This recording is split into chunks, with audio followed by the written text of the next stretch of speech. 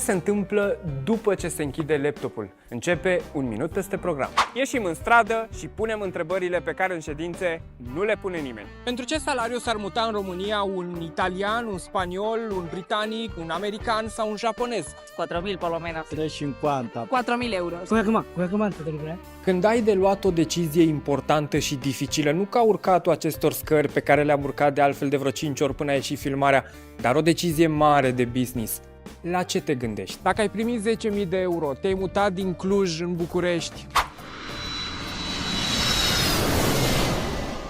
sau din București în Cluj? Cum arată viața corporatistă în București? Dacă jobul tău ar fi un fel de mâncare, ce mâncare ar fi? Încerc să-ți dau un răspuns serios. Aperitiv. Shawarma. Șnițel cu cartofi. Cum ai descrie jobul tău unui copil de 5 ani? Care e cel mai ciudat motiv pentru care ai oprit camera într-un call? Dacă ai putea să te clonezi, ce sarcini de muncă i-ai da versiunii tale B? Ce înseamnă un șef sau un manager ideal? Uneori urcăm și în clădirile de sticlă, în birourile liderilor care schimbă regulile jocului. Vorbim despre leadership, echilibru și curaj. Trebuie să urci în ring și când simți că nu ești 100% pregătit. Lead, but lead with empathy. Am învățat să cad în picioare. Nu uităm că liderii nu stau doar în birouri. Începutul și sfârșitul sunt cele mai importante. Dacă nu transmiți emoție, nu transmiți nimic. Important e să ai o echipă puternică. Responsabilitatea e cea mai puternică lecție pe care am luat. Răspunsuri sincere, amuzante și uneori chiar geniale. În fiecare vineri, un nou episod. Uneori, un minut în plus e tot ce ai nevoie ca să spui ce gândești cu adevărat. E timpul pentru un minut peste program.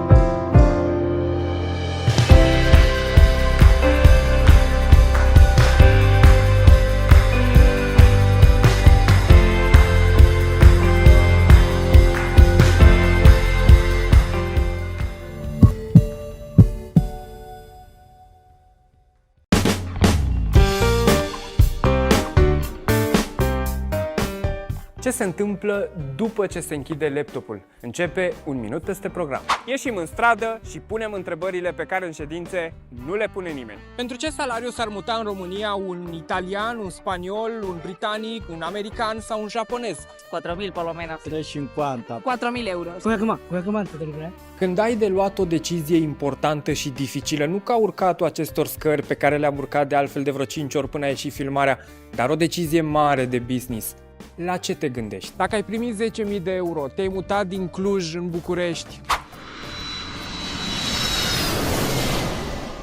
sau din București în Cluj, cum arată viața corporatistă în București? Dacă jobul tău ar fi un fel de mâncare, ce mâncare ar fi? Încerc să-ți dau un răspuns serios. Aperitiv. Shawarma. Șnițel cu cartofi. Cum ai descrie jobul tău unui copil de 5 ani? Care e cel mai ciudat motiv pentru care ai oprit camera într-un call dacă ai putea să te clonezi? Ce sarcini de muncă i-ai da versiunii tale B? Ce înseamnă un șef sau un manager ideal? Uneori urcăm și în clădirile de sticlă, în birourile liderilor care schimbă regulile jocului. Vorbim despre leadership, echilibru și curaj. Trebuie să urci în ring și când simți că nu ești 100% pregătit. Lead, but lead with empathy. Am învățat să cad în picioare. Nu uităm că liderii nu stau doar în birouri. Începutul și sfârșitul sunt cele mai importante. Dacă nu transmiți emoție, nu transmiți nimic. Important e să ai o echipă puternică. Responsabilitatea e cea mai puternică lecție pe care am nuit-o. Răspunsuri sincere, amuzante și uneori chiar geniale. În fiecare vineri, un nou episod. Uneori, un minut în plus e tot ce ai nevoie ca să spui ce gândești cu adevărat. E timpul pentru un minut peste program.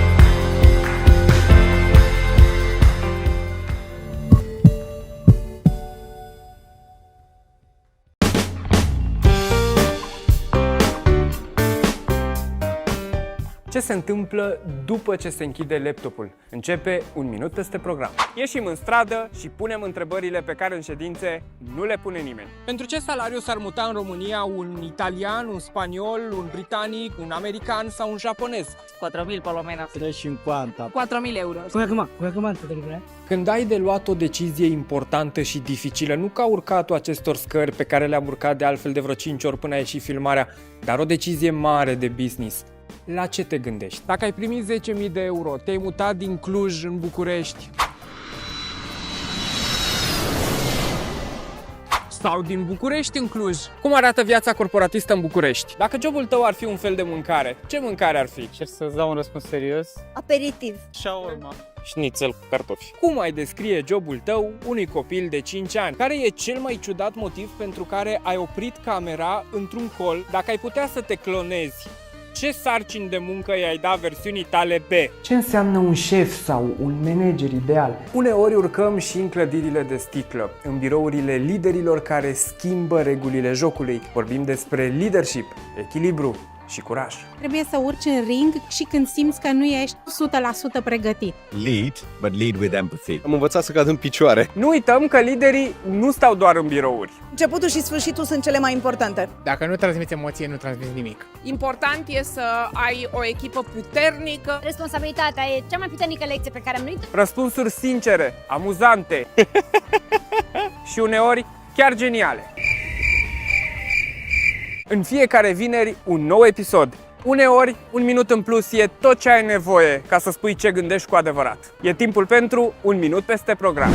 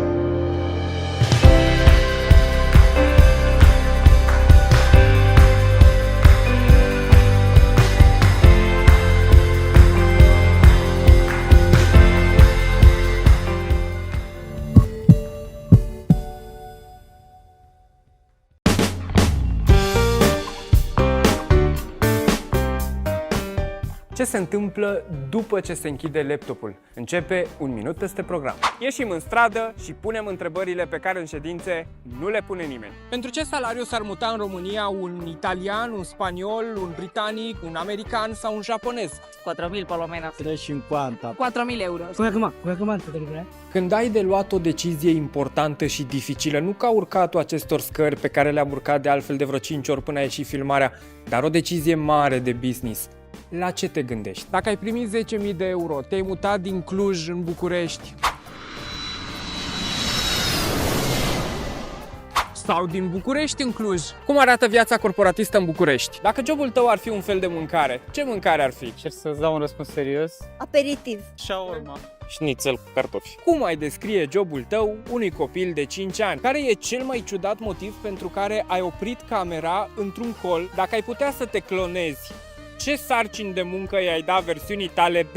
Ce înseamnă un șef sau un manager ideal? Uneori urcăm și în clădirile de sticlă, în birourile liderilor care schimbă regulile jocului. Vorbim despre leadership, echilibru și curaj. Trebuie să urci în ring și când simți că nu ești 100% pregătit. Lead, but lead with empathy. Am învățat să cad în picioare. Nu uităm că liderii nu stau doar în birouri. Începutul și sfârșitul sunt cele mai importante. Dacă nu transmiți emoție, nu transmiți nimic. Important e să ai o echipă puternică. Responsabilitatea e cea mai puternică lecție pe care am nuit-o. Răspunsuri sincere, amuzante și uneori chiar geniale.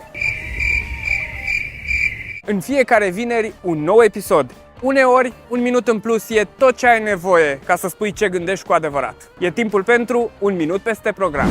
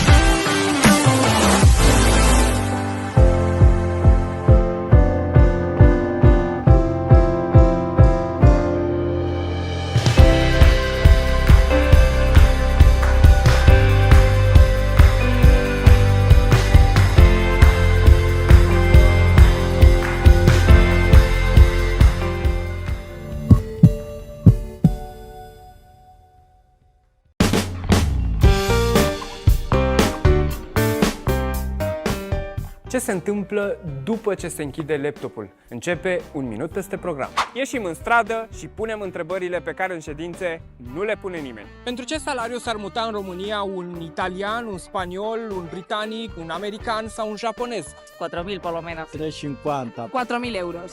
Come te devi fare? Când ai de luat o decizie importantă și dificilă, nu ca urcatul acestor scări pe care le-am urcat de altfel de vreo 5 ori până a ieșit filmarea, dar o decizie mare de business, la ce te gândești? Dacă ai primit 10.000 de euro, te-ai mutat din Cluj în București sau din București în Cluj,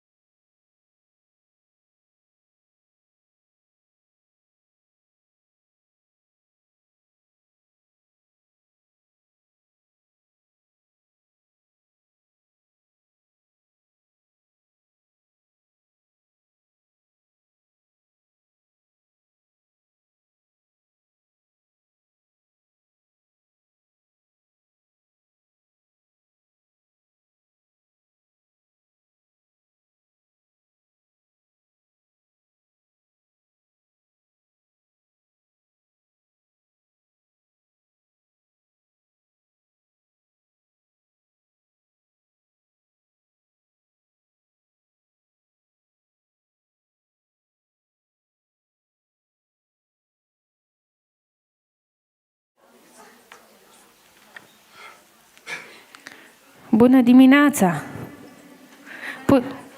Puteți veni și pe scaunele din față, să știți, să vă apropiați de noi. Good morning! Voi vorbi în engleză, măcar așa cât pot. Good morning and thank you for joining us today. My name is Adelina Mihai. I'm journalist and publisher for Revista CARIERE.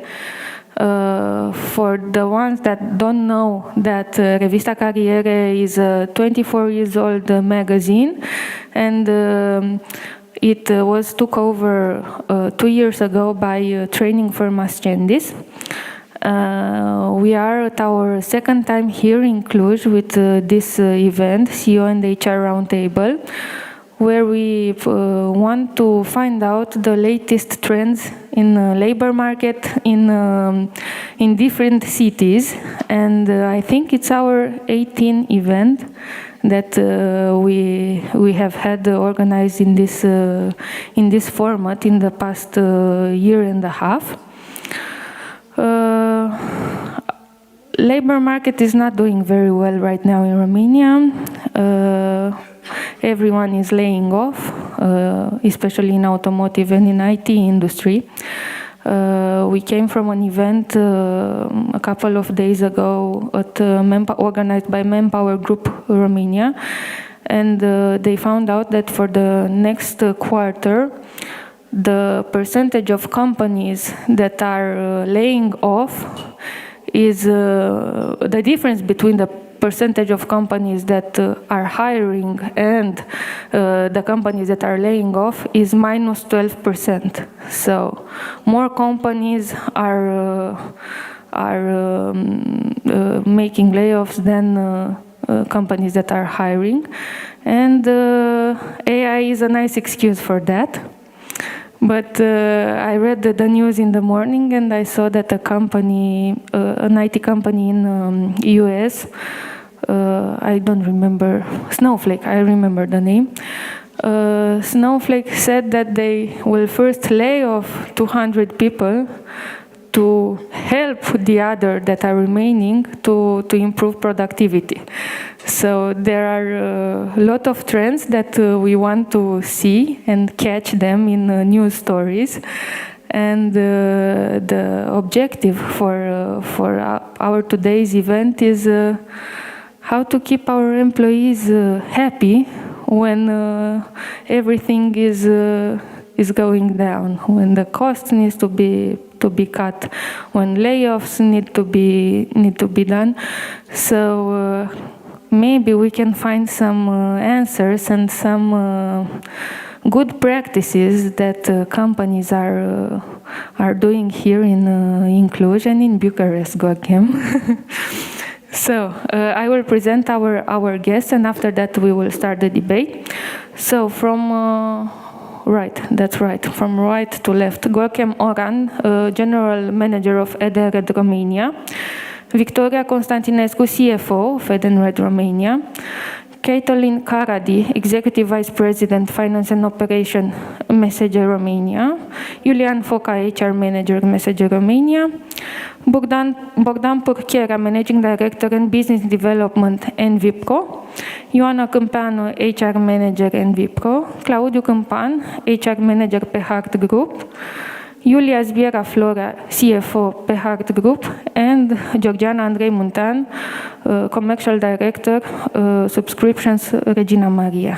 Thank you, all of you, for joining us today. I will sit because we have an hour and a half of debate and half an hour for a Q&A session. So prepare your questions, please, during our discussion.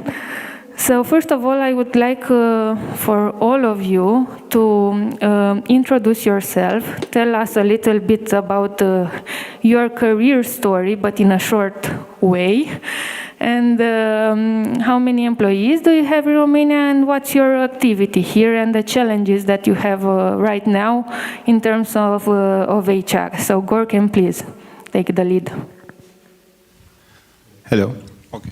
So I will keep it very short. I am the CEO of Edenred Romania.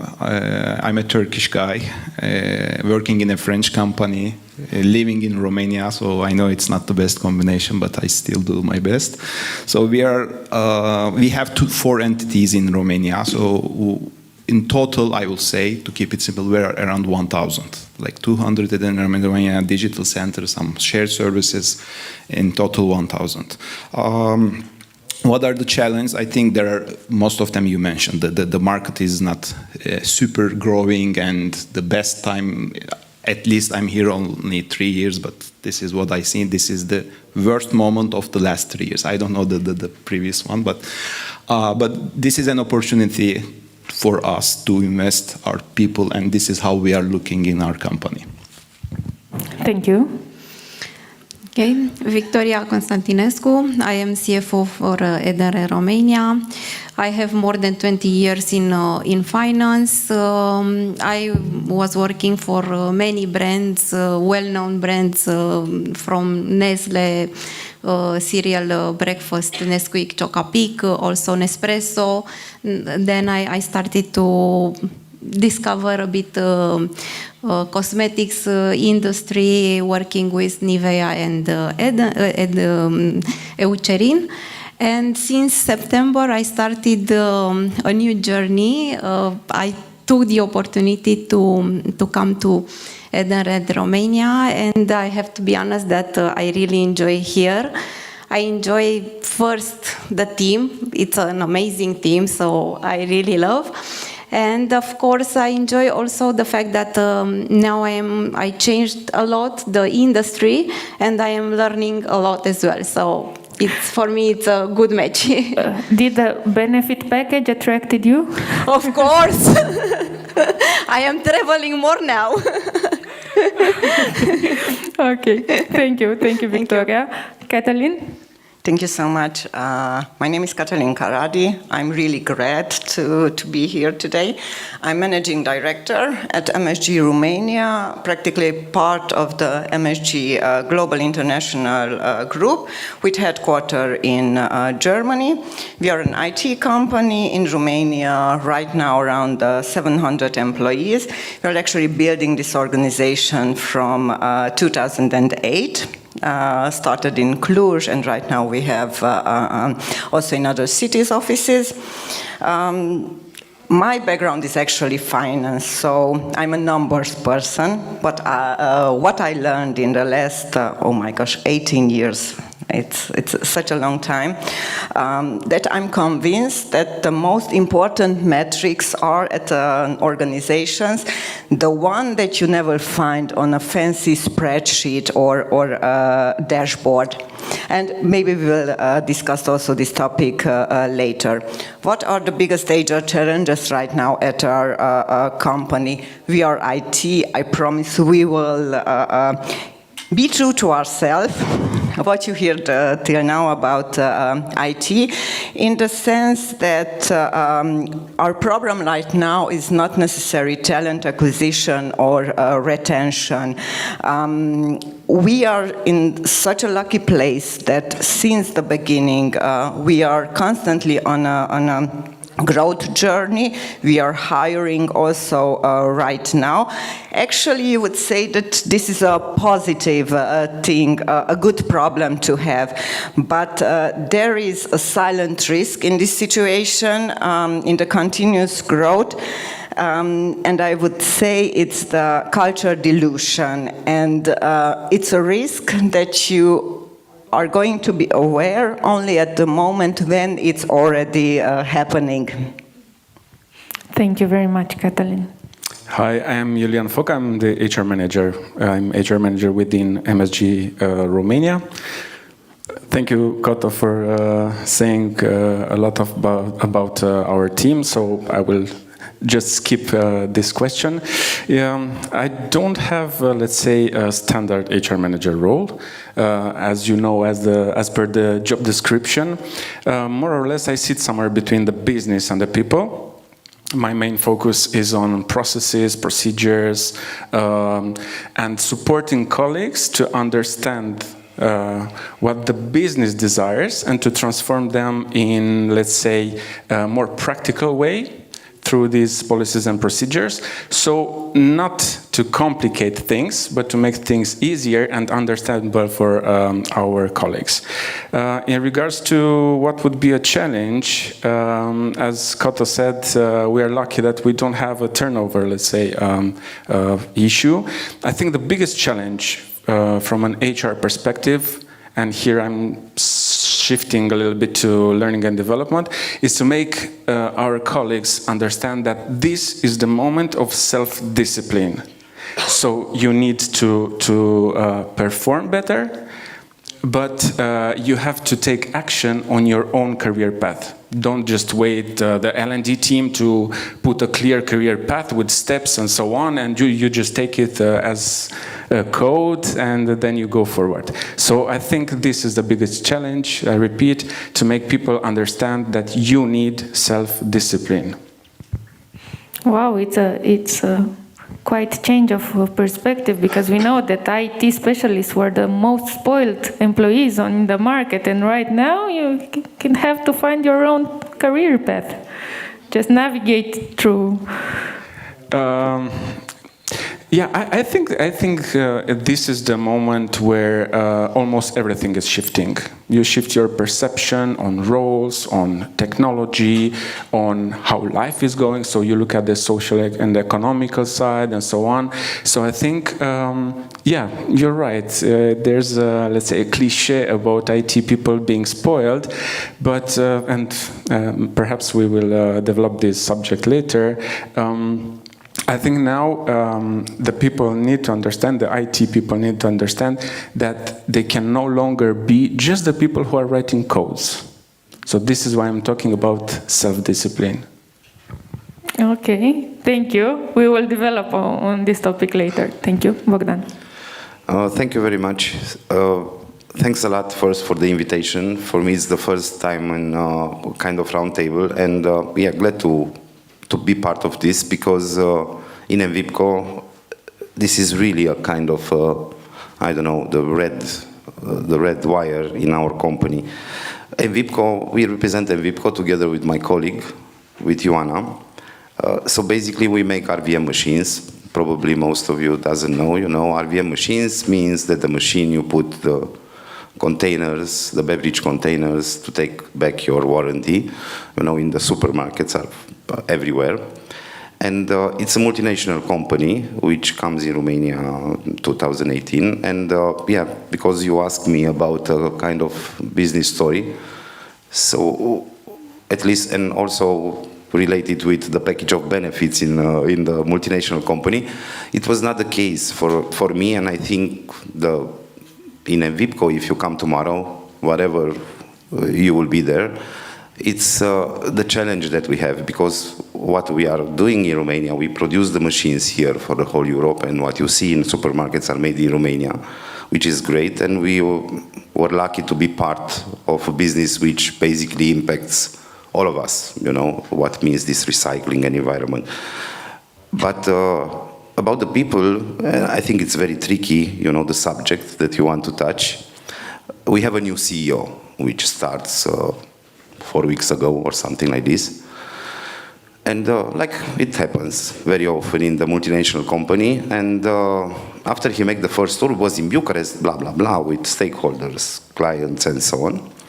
And after the plant tour in Sebeș, where we have the production, the first thing that she, because she's a she, told to Ioana, the HR manager, I noticed from the very beginning that the people are happy. And I think it's one of the things in the end which in these times, all the time, there are peaks and gaps in the economy, so you have to face it. But when the company and the employee find the right way and they are involved, even that in bad or good, bad, and ugly sometimes, I think that's good. And I think we succeed to do this in Envipco. And yes, starting from an underdog in Romania and being the market leader, competing with, come on, a kind of monster in our company. Yeah, competitors is something like, So I think this is the key in the end, and for sure this is the topic and we'll discuss a bit later. But yeah, I think here is the key. How many employees do you have in the factory?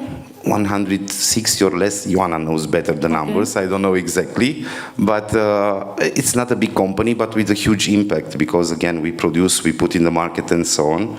And again, so you provide the machines for CGR, for exactly. Romania, and for the European market. Exactly. European plant, it's in Sebeș, which produce for Romania and for Europe, as everywhere in Europe.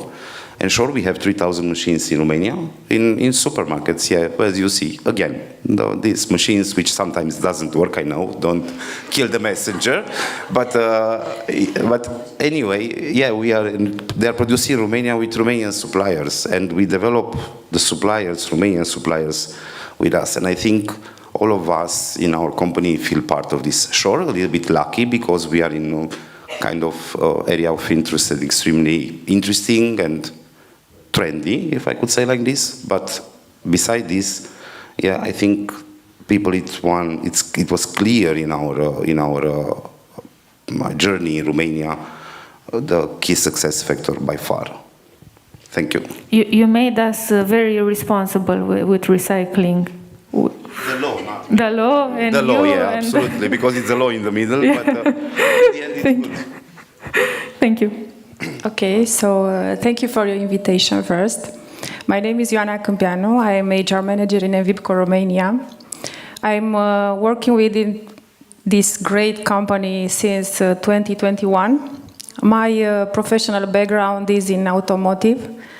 I came from there and I found a totally different area of activity, let's say. Yeah, our biggest challenge is HR right now, I think, is because we are a small company, continuously growing and evolving. Our challenge is to attract people, talents, to develop them, while we have to maintain the strong organizational culture, as well as high level of employee engagement. I think we all know what we are talking about. And yeah, I think this is all for now. Thank you. Julian. Hello, my name is Claudiu Câmpan. I'm HR manager at Behard. I have, let's say, more than 20 years experience in HR, mainly in automotive industry, from a plant level up to headquarter. And since 2020, 6 years ago, I joined Behard. Regarding Behard, I'm not sure how many of you have heard about Behard. If you didn't heard, I can tell that we are a paper producer company, the oldest paper producer company in Romania. In 1837, almost 190 years ago, our company was founded.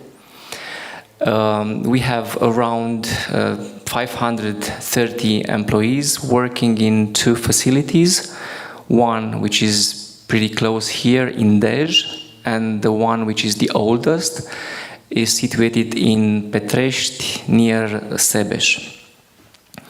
Regarding the, let's say, hardest HR challenge that we are facing right now, I would say is keeping the North Star alive. What I mean by that is, regarding our job, we can look from 2 perspectives. It's us doing the job and us understanding the purpose of our job. And what I found pretty often is that people needs to be reminded constantly the purpose of what they are doing and the reasons behind. Because in these challenging environments, economic situations, different initiatives will be put on the table, and eventually people will cope with us and they will do whatever they have to do. But I discuss very often they forgot about why they are doing the new things. So it's our, let's say, job as a management team to constantly remind, discuss, and show the people the benefits and what we have achieved by implementing different initiatives, and to keep on, to stay on the road, and eventually, for sure, the success will arrive. Thank you. Thank you, Claudiu. Julia. Thank you. Good morning and almost good afternoon, I think. And I'm very happy to be here with you. I'm a CFO of Behard, working with Claudiu. I have a finance background. There are more than 22 years since I started working in banking, and then I've spent good years in a multinational in consumer goods. Behard is producing paper, and maybe you don't know Behard, but I'm sure you know Pufina. That is our... it's from Puternica and Fina, right? Exactly. I know. Puternica și Fina. So Pufina is our leading brand, but it's a very small portion of our business. Behard is not only the oldest tissue paper production, it's also the biggest paper production in this European region. Now, talking about challenges, what I think I see more and more, and I resonate a lot with the IT industry, is that roles need reinvention.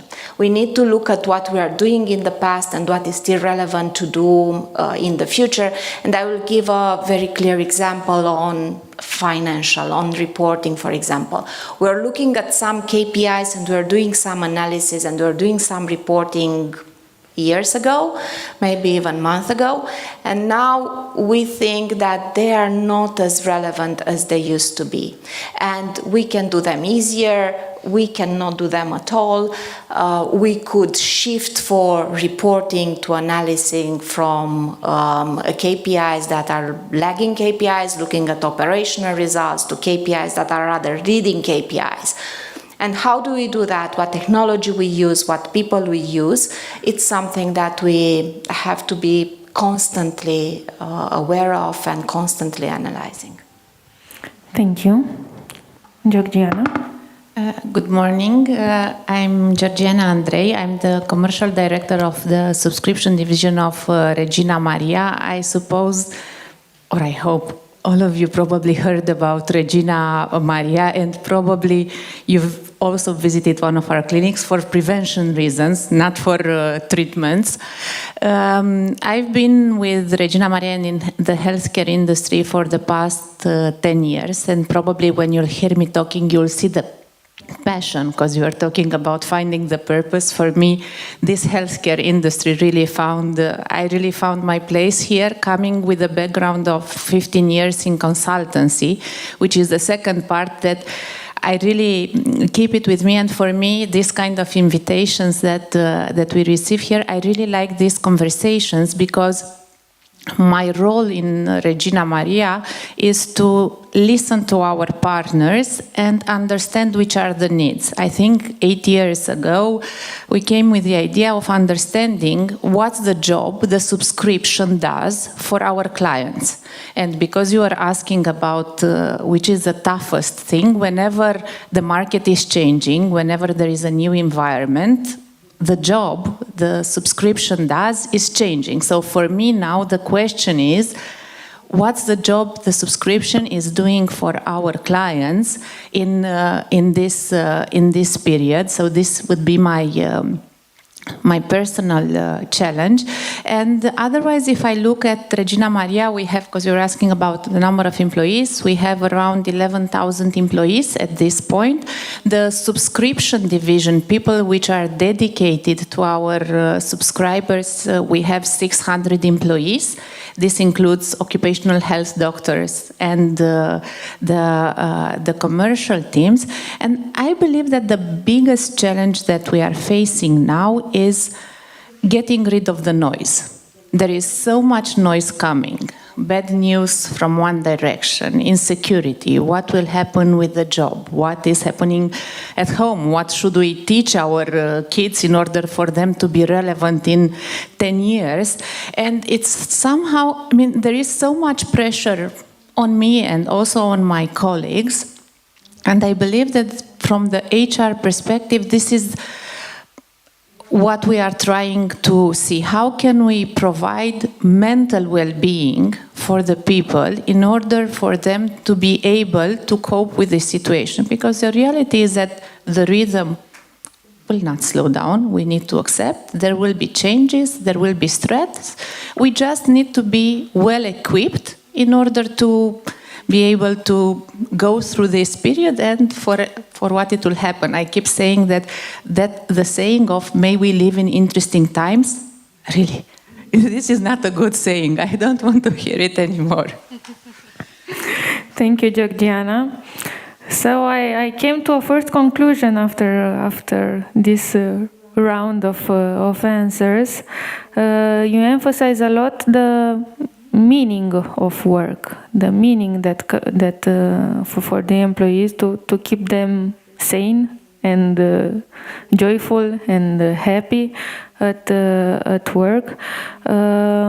What type of activities or what type of initiatives did you have in the past year to boost the morale of your employees?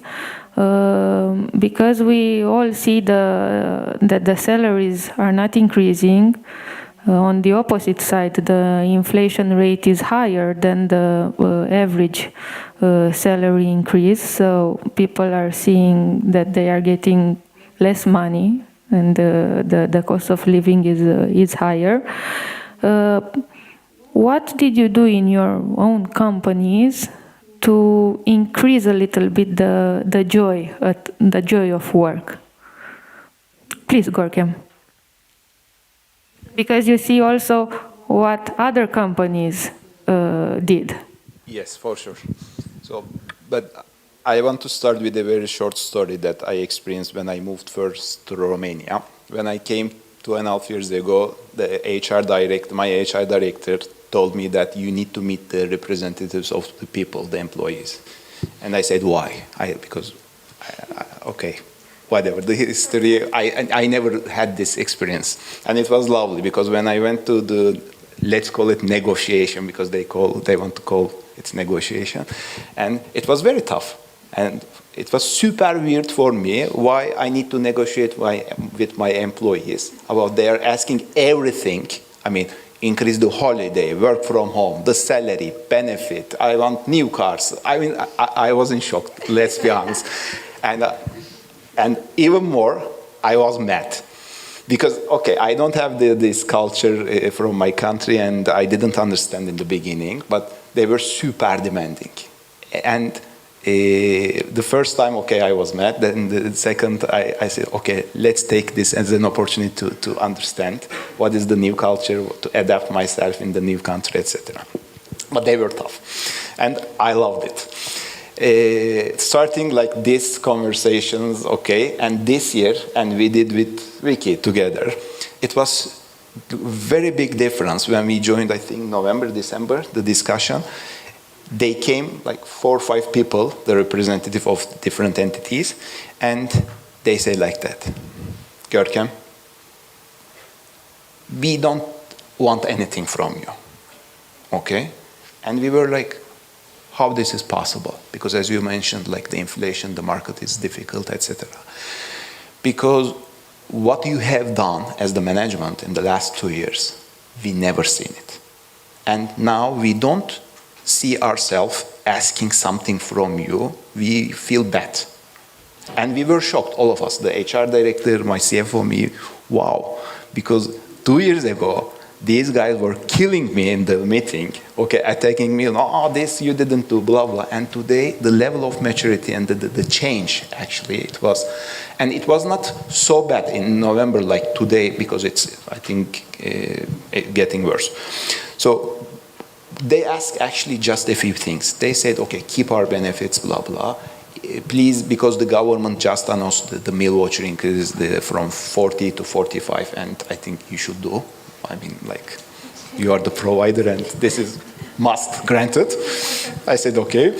And yeah, okay, we were the first one, but I think it's not something special. But what they asked, they didn't ask, and they asked to increase the flex benefit budget, okay? And they told me exactly like this, okay, meal voucher, blah, blah, this smaller stuff, but we want flex benefit budget increase.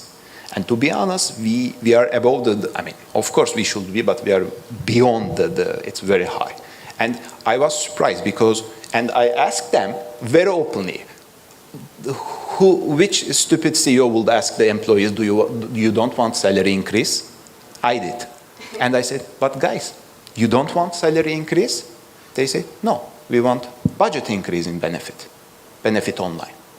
And I looked at Vicky and the HR director, wow, this is very interesting, because I would expect, okay, probably all of us, we want salary increase. If my boss called me, do you want? I would say yes, let's be honest. And they didn't. And okay, we said okay to many things, but for the benefit budget, I said, I don't promise you. Let's see the first quarter result, okay? And if we are above the budget, I will do it, okay? Yeah? And one of the lady was super, not aggressive, I will say assertive. She said, let's make a bet you will not be able to do. And she's in finance, in Vicky's team, Elisa. I said, okay, I take the challenge and let's make a bet. And when we have the town hall in like 6-7 weeks ago, we announced that significant increase in benefit online, and I asked her to come to the stage. Elisa, please come to me and tell everyone what was our bet, okay? And she told very funny way, Görkem, we had a bet, and she said, did I lose the bet? I said, unfortunately, yes, but I will pay the dinner, don't worry. So what we have done, okay, I'm not talking about all the details, but the benefit budget, and I saw that it's making them happier than even the salaries. It's, for me, shocking. But for what type of benefits did they want? This is flexible benefits that we have maybe some people knows probably. We have Benefit Online, one of the entities we have, we are managing. Ethernet and Benefit Online, which we bought like 8-9 years ago. It's a Romanian company. Now it's okay in the group. And it's completely flexible benefits that you can buy anything you want. And it's like additional benefit than meal voucher or anything cultural holiday vouchers you give to your employees. We have a platform that all your employees can use these budgets for many purposes. Do you have any exotic benefits on the platform? It depends on what do you understand by exotic? I don't know. Yeah, for sure. I mean, like if you talk about the like spa or the holiday, we have many exotic options. Okay. But I will let you know. Okay. Thank you. Thank you. Anyone? Bogdan, I think you. No, yes, it's very funny because also we have a kind of, about this, when sometimes you are shocked, that the employees don't want too many things. Also we have this kind of meetings every year, sure, with the people.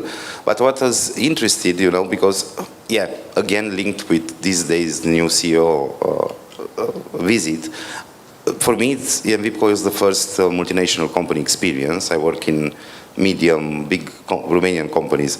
And when the lady comes and we present a little bit, where we are and so on, like a very disciplined multinational company, great. Ioana just share, the retention rate. And to understand it also sometimes the visions, it's so different, and it's our role as managing directors. I think we feel all of us in this table is to manage these kind of things. We have a very good retention rate, so we are talking about 1 or 2 people per year which leave the company, sure, related with 150 people, and very proud. And the CEO asked Ioana and us, with the CFO, with all at the table and so on, ask Ioana, what do you think is the best to have the retention rate? Ioana says, I think it's good, because we have just very small. And she says to us, okay, 5% is healthy for the company, and 6%, because you have a little bit of turnover, you feel the challenge, that not everybody comes in comfort zone. And I think this will be a kind of topic beside the benefits that we have, during the benefit. Yes, by benefits and so on, but I think it's a limit which you have to handle very much with care.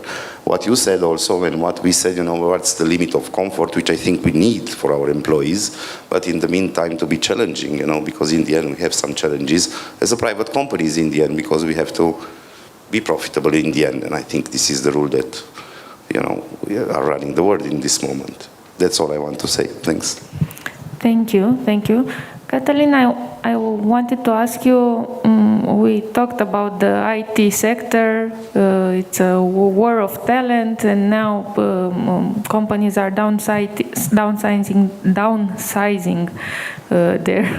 their workforce. How do you keep motivated the people that you have? In this context, that is more of an employer market right now. It's not an employee market anymore. That's for sure. Maybe there are 2 sectors that are thriving right now, and they are very, very good. We know the defense industry is growing a lot, and I heard that also logistics and this retail logistic part is going up, but IT is not in a growth period.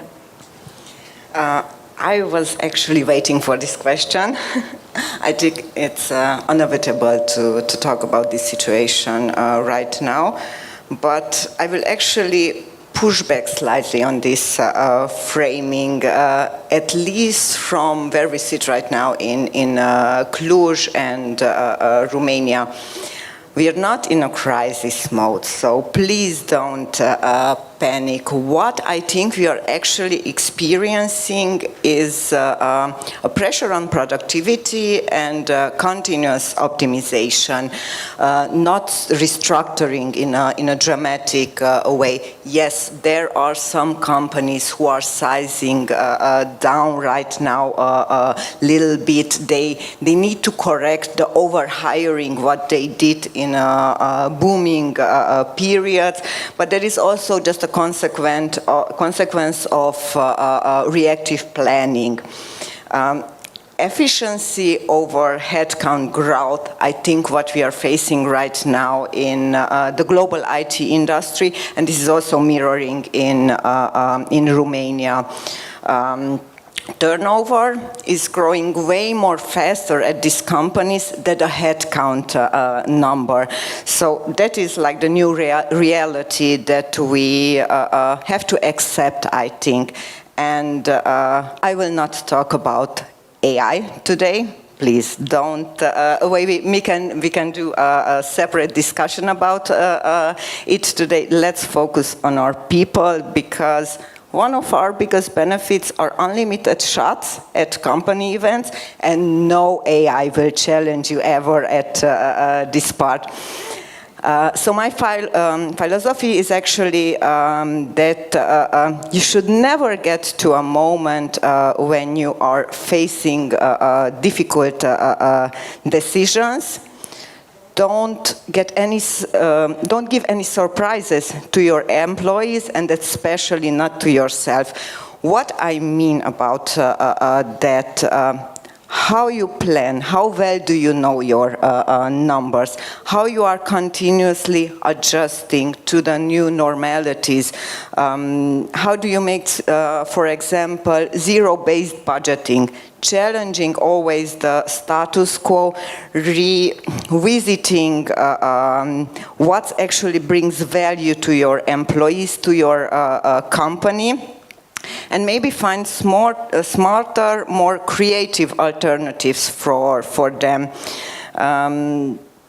Actually, I think as a company you should have the goal to never face brutal decisions or critical ones. Adjust always and try to manage it through small and honest decisions. Okay, small steps are safer right now. Exactly. Okay, thank you. Georgiana, we have gone through pandemic with a lot of mental issues, pressure, and working from home. After that, we were trying to adjust our lives in white collar. I'm referring to white collar jobs, to adjusting our life again, coming back to the office in a hybrid way, in full time. Right now we have a lot of pressure because of the need of productivity increase and AI noise and a lot of noise that you talked about.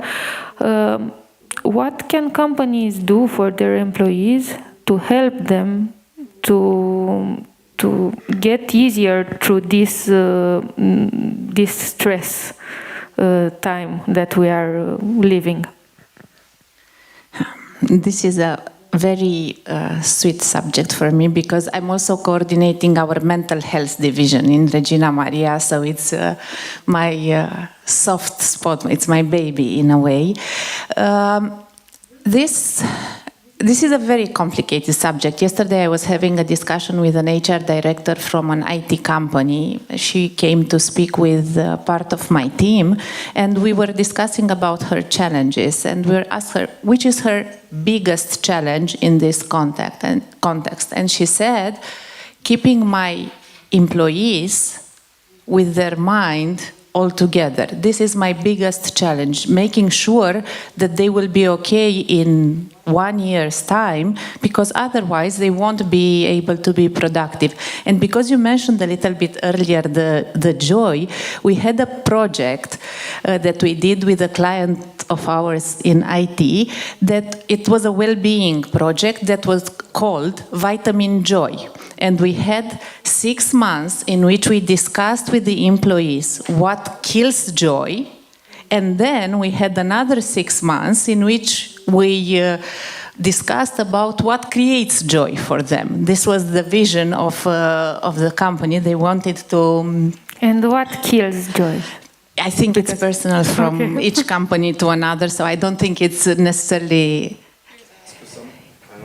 If it works, yeah. So, because it was a discussion with someone 2 weeks ago, Georgiana, when somebody comes to you as a company, you know, that he need to take care about the employees and found some, let's say, issues in the organization. What do you think after your experience and having, you know, also me as a learning from you, it's also management issue?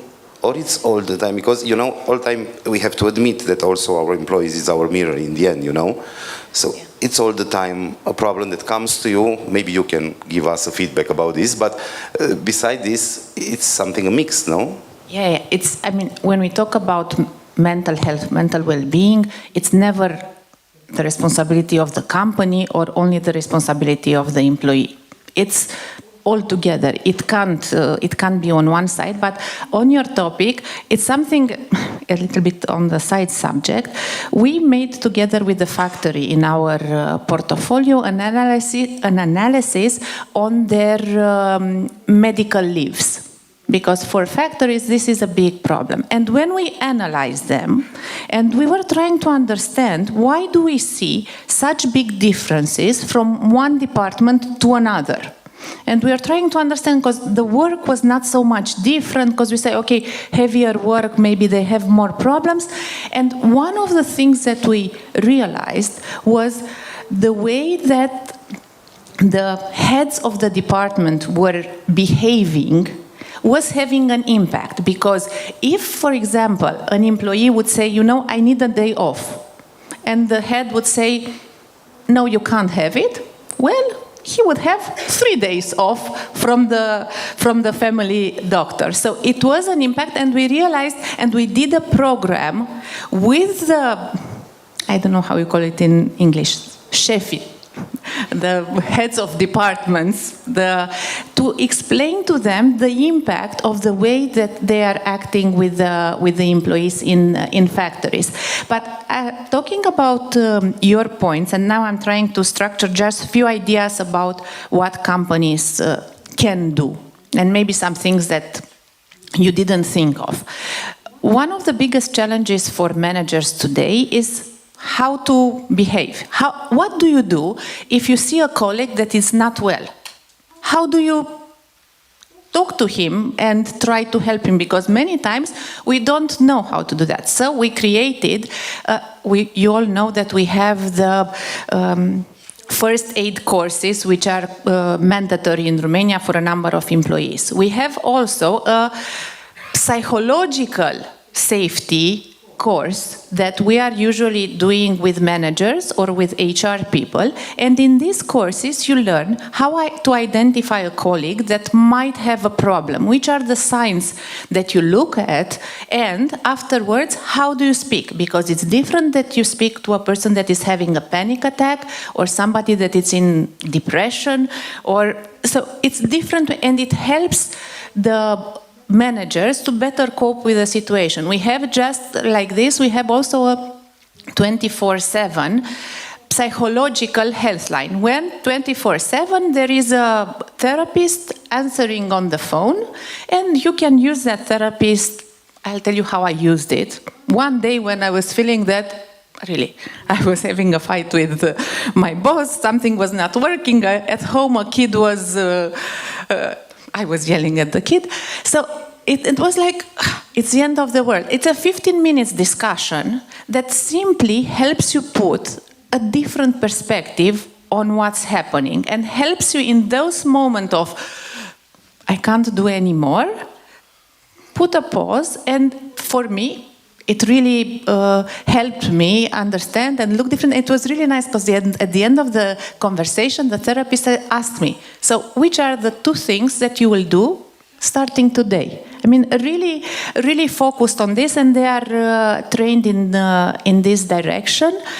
And we have, of course, the typical therapy sessions that are sustained by the company, and now we see more and more companies doing that. I mean, from our portfolio, we have a little bit above 1 million subscriptions at this point, and 200,000 of them, they are also covering at least 3 therapy sessions by the company. So, and this is, the numbers are growing over time.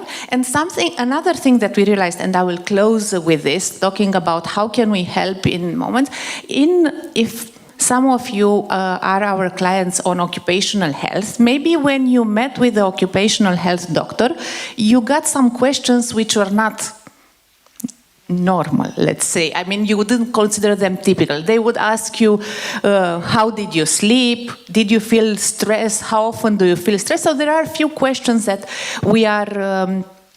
the doctors are asking.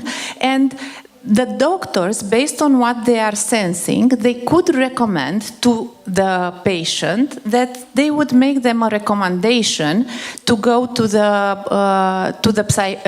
psychologist, to have a conversation with a psychologist. And we say that what the doctors identify is just the tip of the iceberg, in reality. They are not specialized in this, but there is a tip of the iceberg.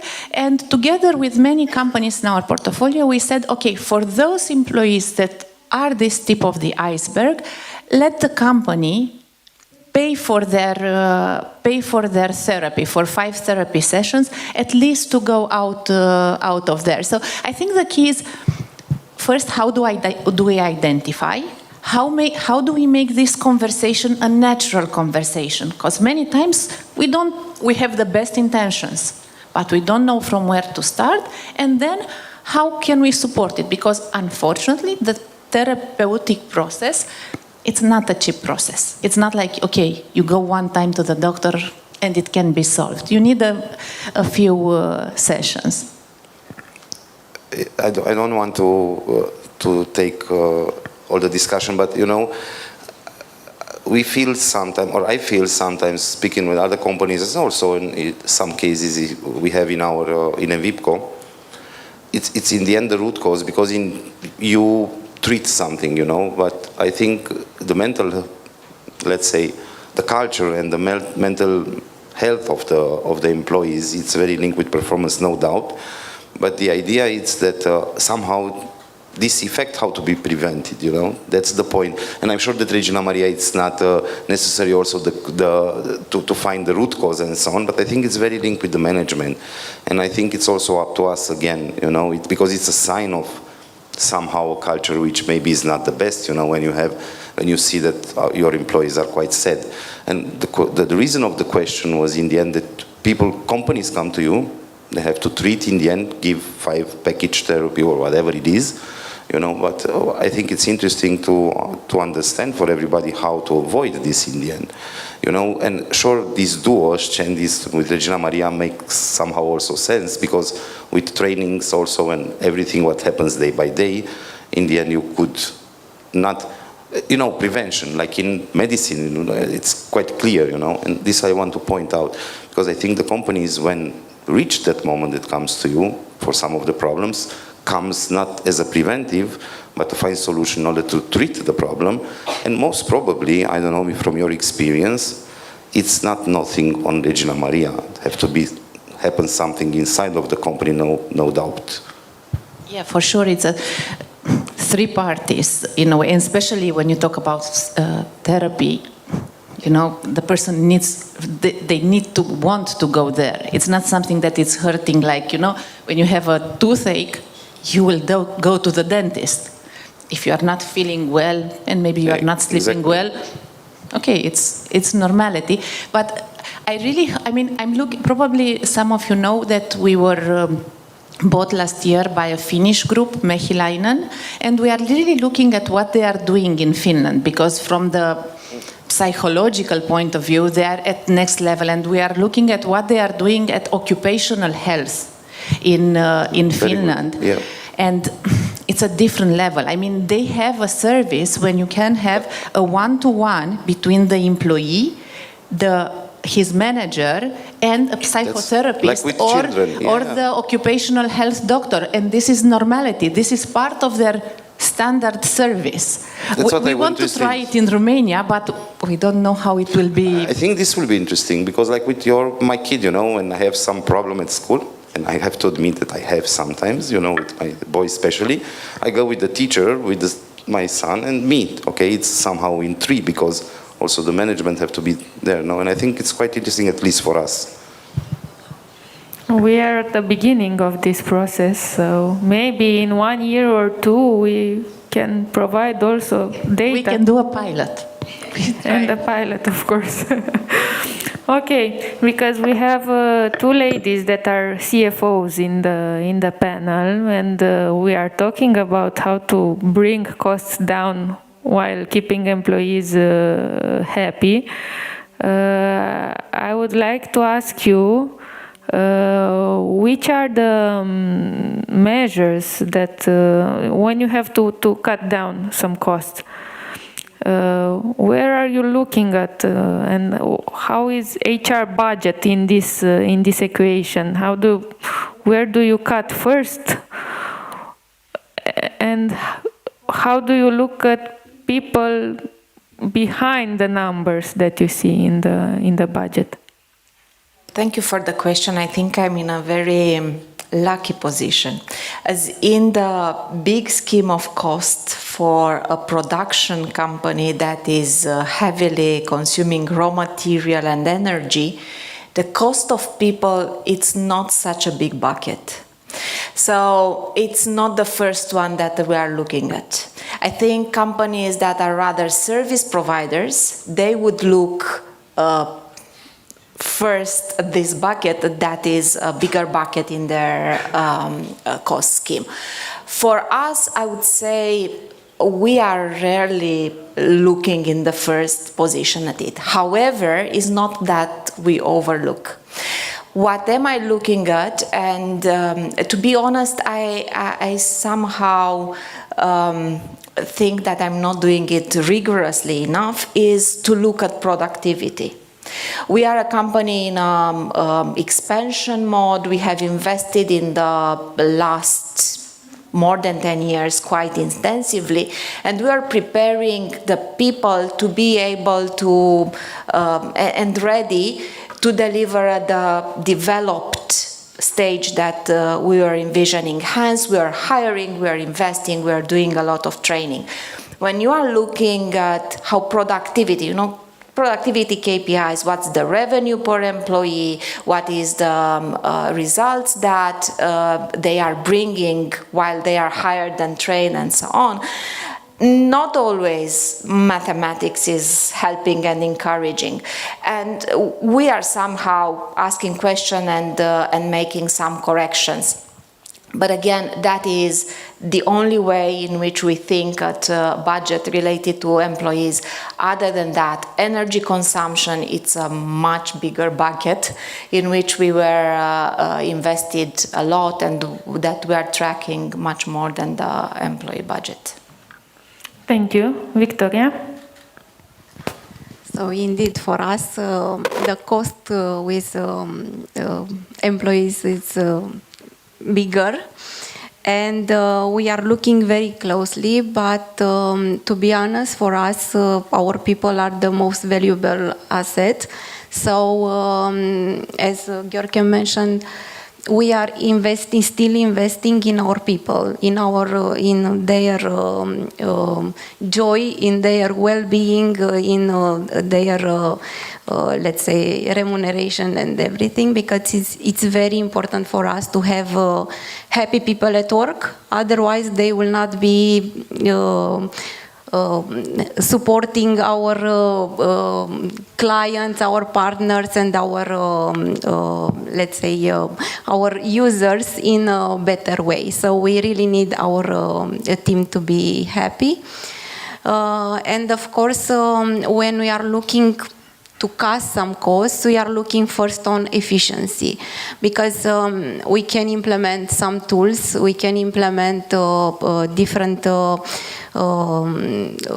don't know, tools to be able to improve our productivity. And on the other hand, I think it's important to make sure that we spend wisely our money. And all the time when we have the discussion with HR, we need to put pro and cons, what it's bringing, what is valuable for people and for business. All the time we put people and business. And of course, we are looking a lot on revenues, because we can still invest when we bring revenues. So we put this balance, and then we can do some extra cost, let's say. How can you increase your revenues when your market is declining? Because if the number of employees is going down all over the economy, they won't have benefits. We are looking on optimization of our products, because at this moment we have plenty of ideas how to bring revenues through different pillars of our business. So we have very creative colleagues, and we are developing more products, and we are selling those products, and we are. So you saw the opportunity in the... Exactly. We see the opportunities, we implement new products, and then we can bring more money in the business. Thank you. Julian, you said that you are focusing on processes and improving processes, which is not an HR classic task, I think. What were the latest processes that you have improved within your company? And if the type of project that IT specialists are working in is still very important for them? Okay, so first of all, I'm going to speak about the performance process. It needs to be a continuous process. You have to review it over and over again, and now especially with the EU Transparency Pay Directive, which, by the way, was not yet put into the national legislation. So you have to keep track with the market changes, with the requests from the business, with I don't know, the expectations from our colleagues and so on. So this would be the first one. And then would be the new opportunities process, which is still in the phase of final review.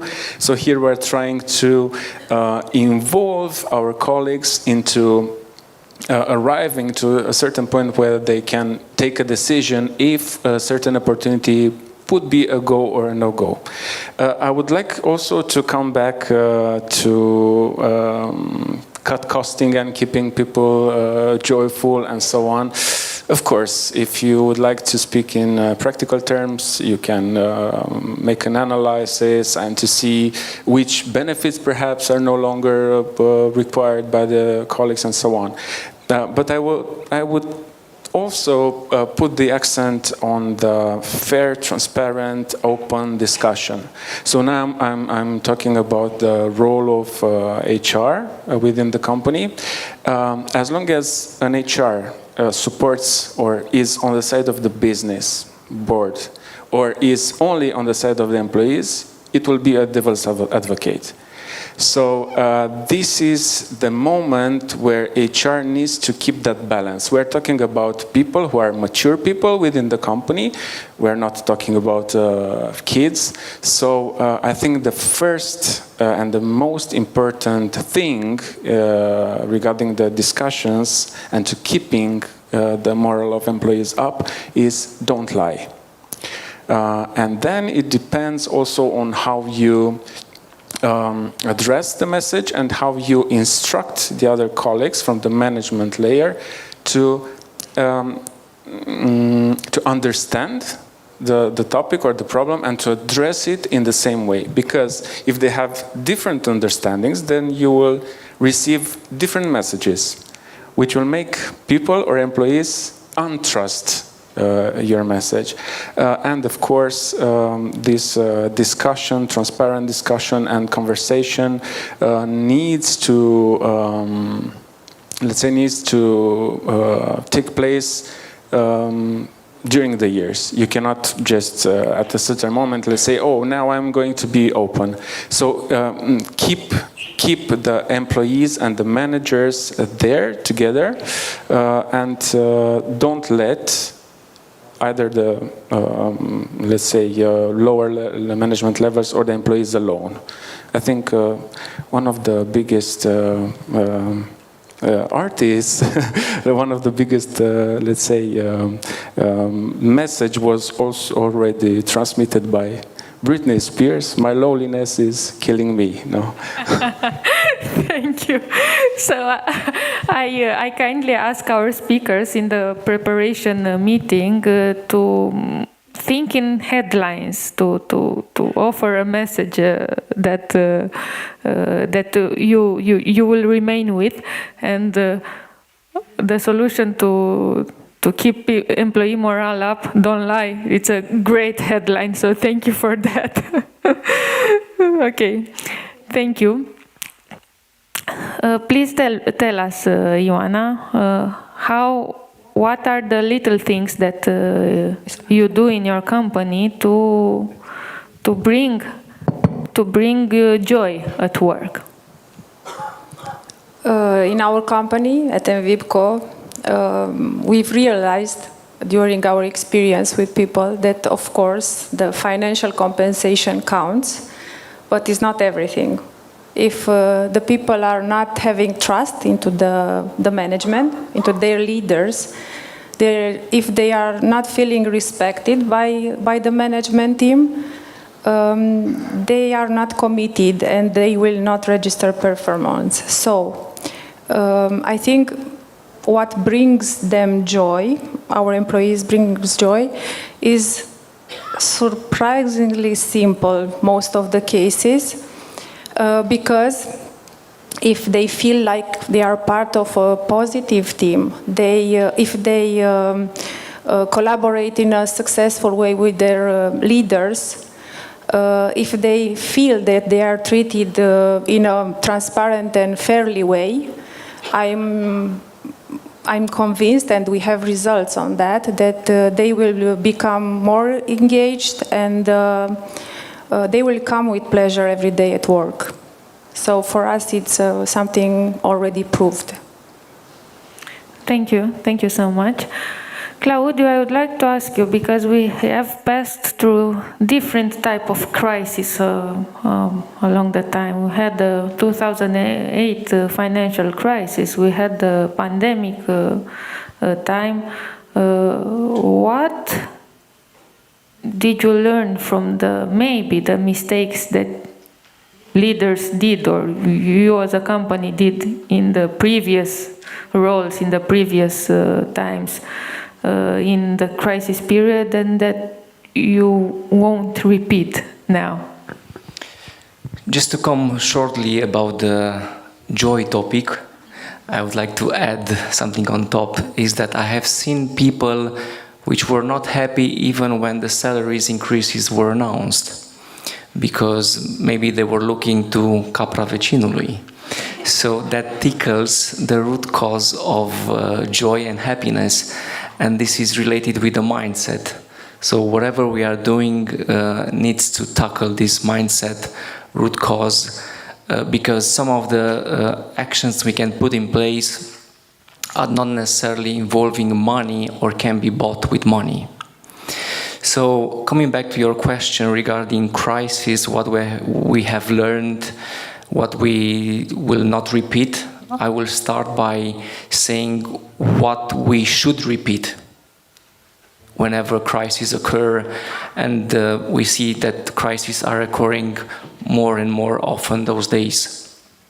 First, I think the crisis really comes with the opportunity context as well, because I think that we are growing and we are learning during crisis more than we are learning, let's say, when the wealthy times occur.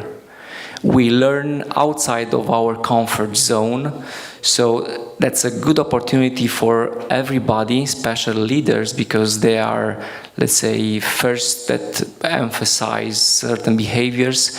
It's opportunity to play and to, let's say, practice the leadership styles and the behaviors you want your people to adopt when the wealthy times will occur. What I have learned also to avoid is to pay a special attention to the mix between quick fix and the benefits on medium and long term, and to not necessarily be preoccupied to do window dressing. Of course, we need to put results on the short term on the table. Everybody are looking for those results. They are, let's say, they are helping people to see the benefits of the change, but also we need to not sacrifice the medium and the long term, because those are really which put the pillars and build the pillars for the best to come. Thank you so much. Georgiana, how can a company be creative with the medical benefits package when you have no money to increase the budget for all the employees?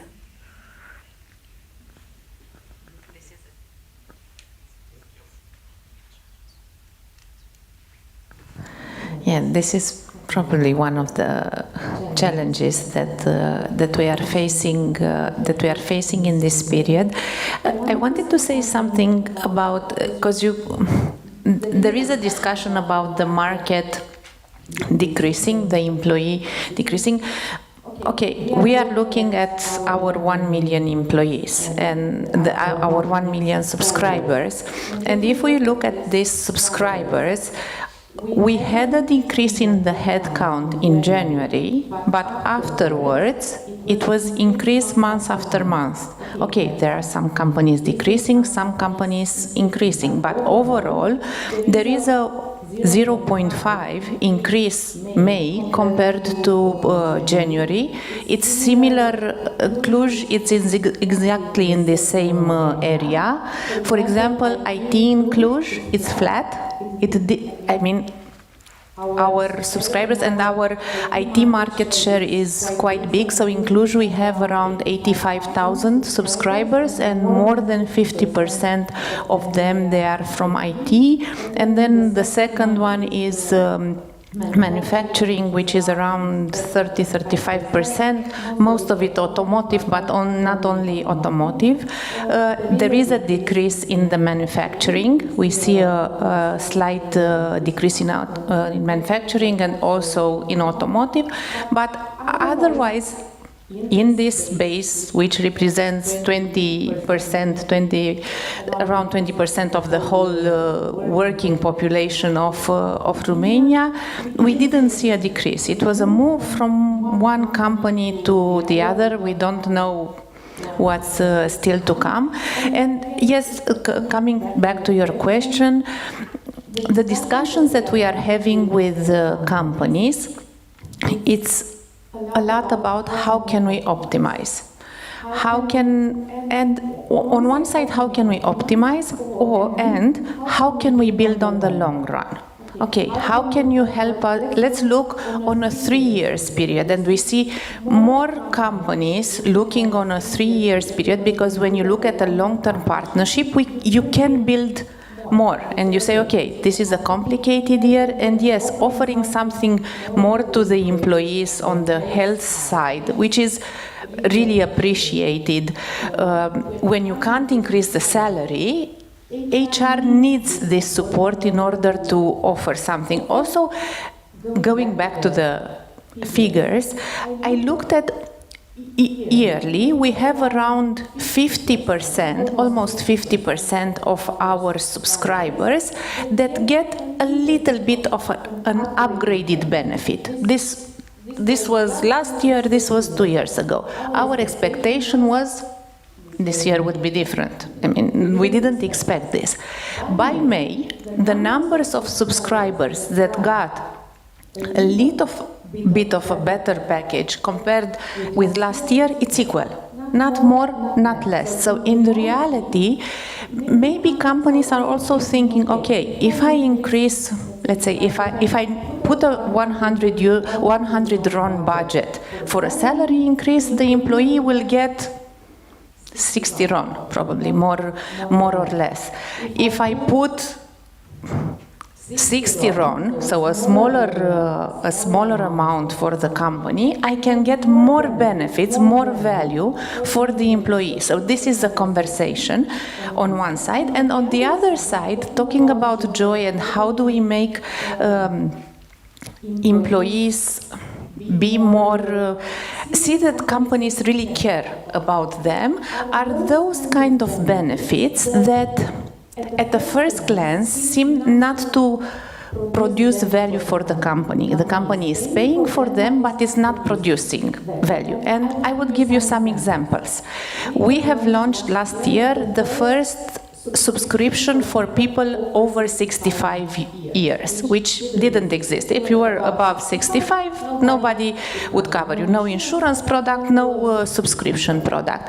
So we launched this product thinking of the parents of the employees in the companies, but we had companies that came and said that they want to pay for this subscription for 1, 2, 3 years, depending on the period, for their employees that retire, which is no value. I mean, that employee is not producing anything for the company, but the way the other employees are looking is, this is a company that is taking care of us afterwards. Another thing is covering the Georgiana, that's newsworthy. Maybe you talk with the client to get in touch with us.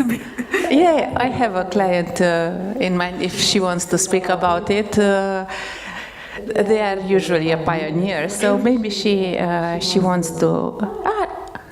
No, there is. It's newsworthy because she said it on a podcast, on a film, so it will appear next days, I think. So this is one thing. The second thing is taking care of the children of the employees.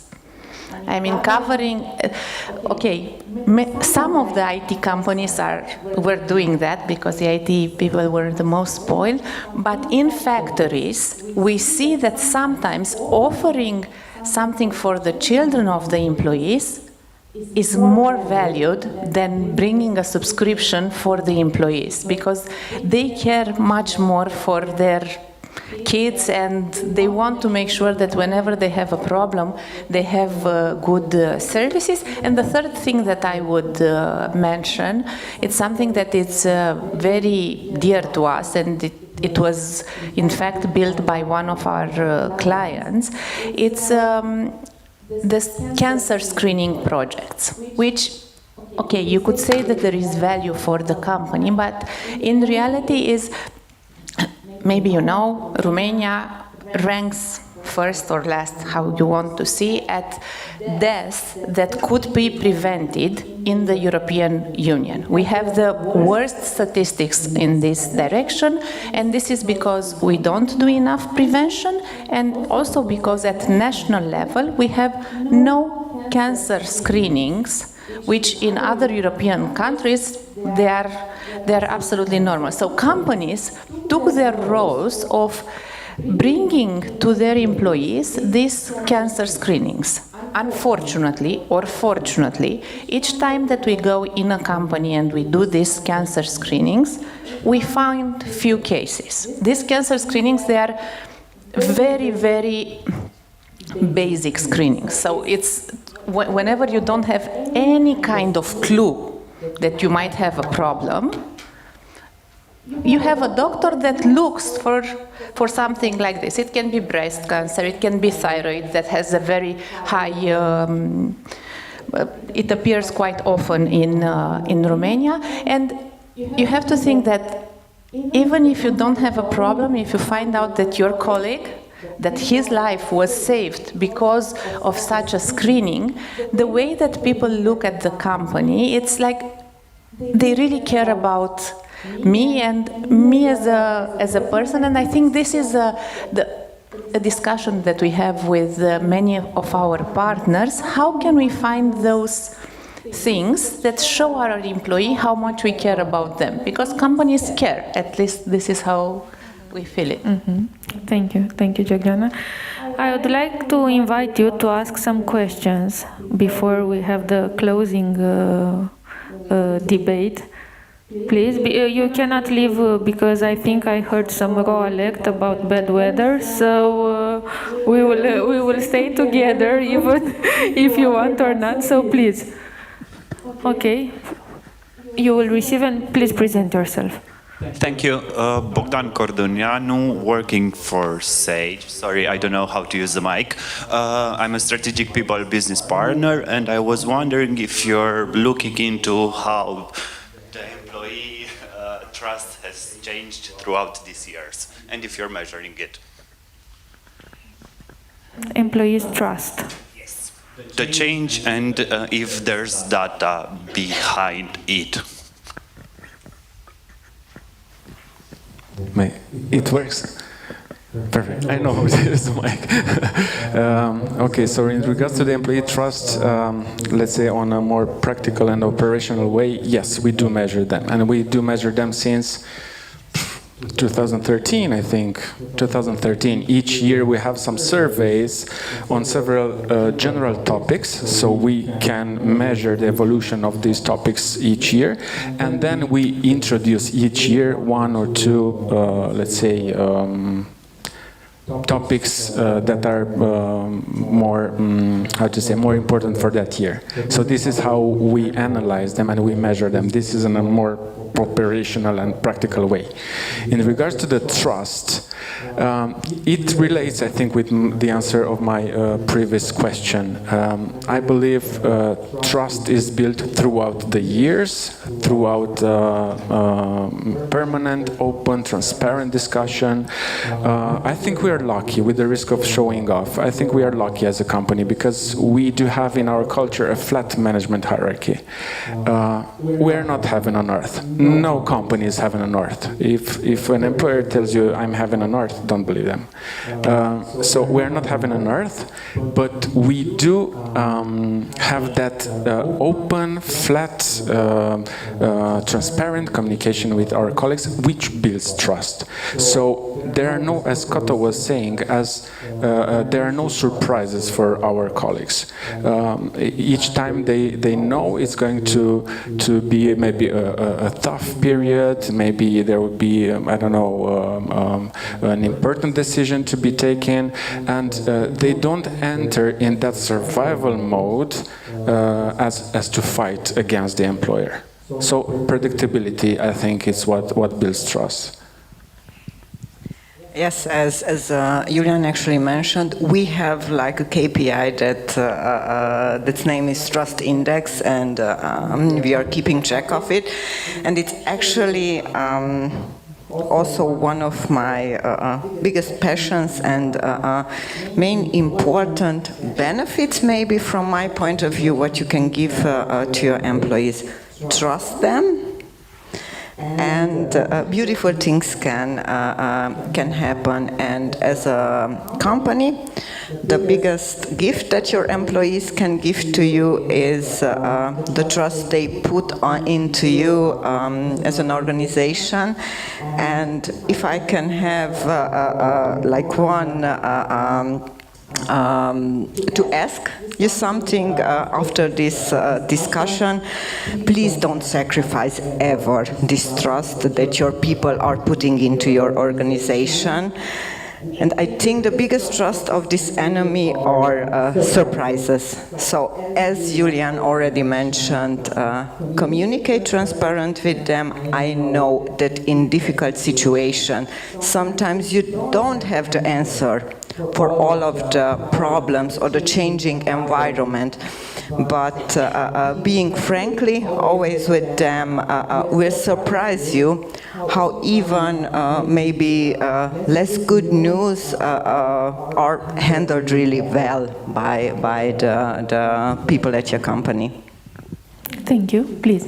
I will add just a small thing. At MVIPCO, we are working at this topic because the trust and the employee satisfaction is really important to us. So there are discussions at group level to have something like this, and by the end of this year we will have it. We will have the employee satisfaction survey. The trust, I totally agree with my colleagues that it's really important and it's something that has to be built during years, not just from one day to another. We are working on that, and always when we had I don't know, difficult situations to be presented to our employees, we've done it with really open heart, discussing with all of them. If were possible, we've involved them into the decision-making process. So I think we've earned their trust, and they are not leaving the company, which is a great result. Yes, please, Bogdan. Yes, I think it's related with the question from the audience, but I resonate a lot with some things that was said here. So I think beside sure, we have to be trustful, open culture, involve the company, the employees with the company decision, keep them updated. Bad news, good news, it's our news in the end, and we have to face it. And benefits, everything is very important, but for sure, even that, now speaks also by myself, because I run a company, a multinational company in Romania, or I serve their interests. We have to be careful how we budget, because you said it, you know, so sometimes we cut people because we overhired, you know, because we were sometimes enthusiastic, and if it comes from the group, you have to be strong enough to have a position to understand the medium and long term. Sure, there are moments in economy where, come on, you don't have too many things to be done. It's the pandemic. If you have a hotel, you are not very happy. But otherwise, I think most of the cases, beside the trust and everything, which have to be done reasonable in a company and to treat as a partner your employee, and it's not just a cliche. You have to be careful when you budget. You have to be careful when you do these kind of things, because it's your responsibility to avoid that at one moment you have to cut costs. Because I think it's a mix in the end, and answering to your question, you know, and the topic of this conference, it's starting also from us, because we solve, it happens to solve problem and to go back to employees to correct some mistakes done by management. So if we budget carefully, if we communicate well, and we are, we are open with our employees, we avoid, I think, a lot of these kind of things, and it's important to measure these kind of things, which are not doing in this moment, and we try to do it. Thank you. Thank you. Another question, please. Because we were talking about trust and transparency. For a company that is facing a restructuring program, how much transparency and how much information it is healthy to give to the remaining employee?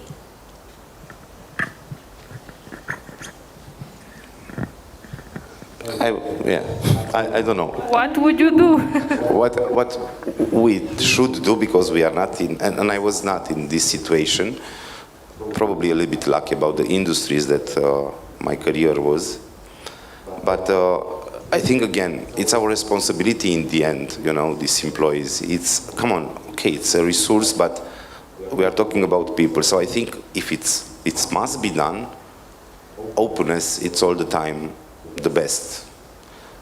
keep it very open discussion, and also, even that it's my company and I'm an entrepreneur and I'm a manager or whatever it is, we have to do this in the best possible way for the employee. You know, I'm talking about the benefits when he will be out. Because also as a managers, we have to take care about how we will leave the company in case that this unfortunate situation appears. So, and we are doing this, and because it happens to us, you know, and sometimes leave, not necessary because we have to restructure the business, but if you have a, let's say, a correct relation with your employee, you have to take care also in this situation, whatever, if it will be something to learn something new or compensation package or whatever it is.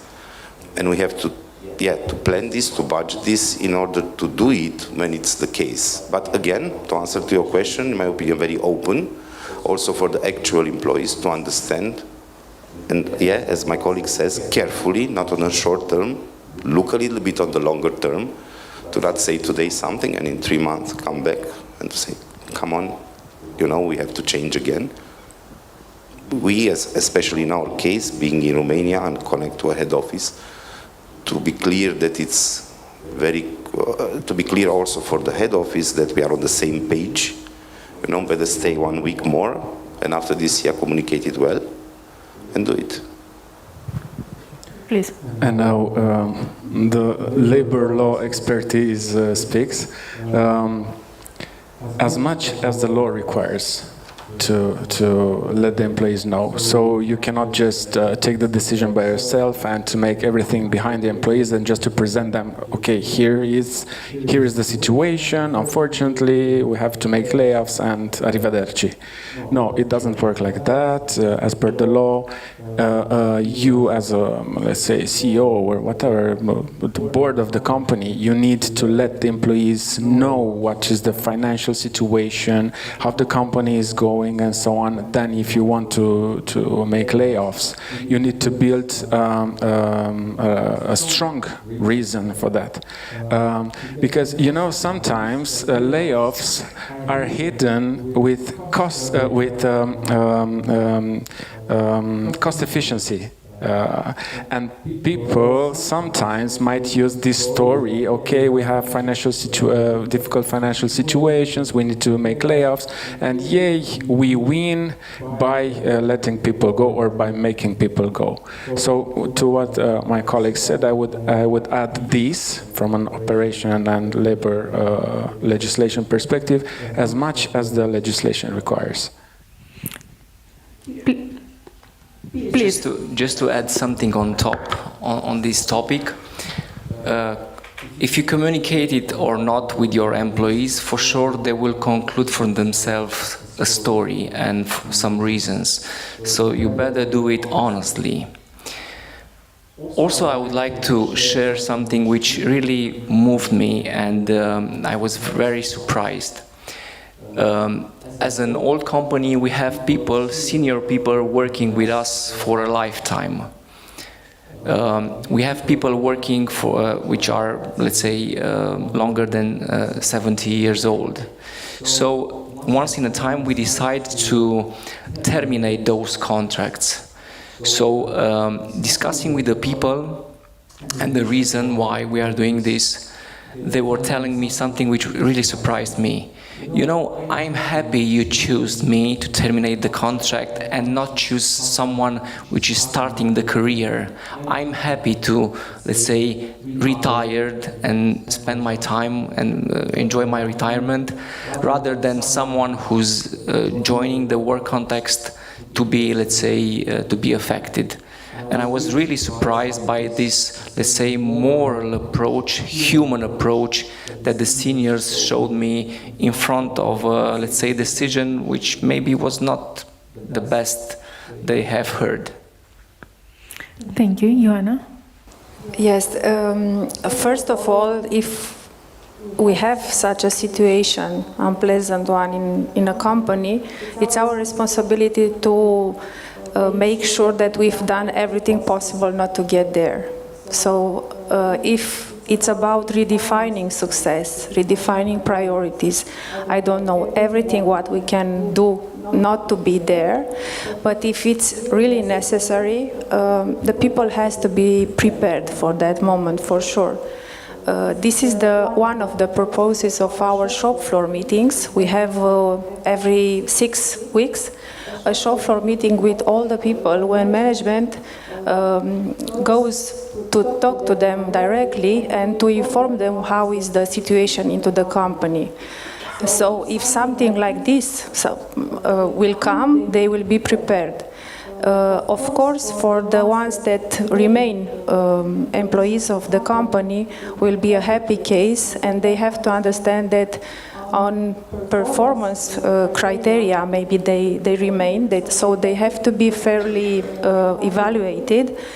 But for the ones that they will leave the company, if they were valuable people and it's nothing like they deserved to receive, they have to be assured that when will be a new hiring process, they have first chance to come back to the company.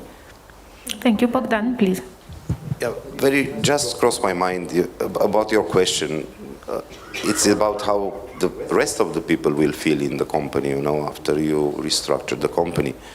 So I think here it's a kind of difference. If you work at the culture of the company for a long time ago, and it's how we said very beautiful words about benefits, about everything, and if you are doing this day by day, open discussion with them will be okay. With a very honest discussion, the rest of the people will feel good because it will feel trust. If the culture of the company, because could be the case, is not the good one, the people are quite sad, sometimes have some packages from health, in Regina Maria, mind health and so on. It could be difficult. It's very difficult. I don't think it's a solution, because in this case, when you come with the bad news, also the rest of the people, so better take care about this from the very beginning. With the management starts everything in the end, and could be handled, I think, successfully.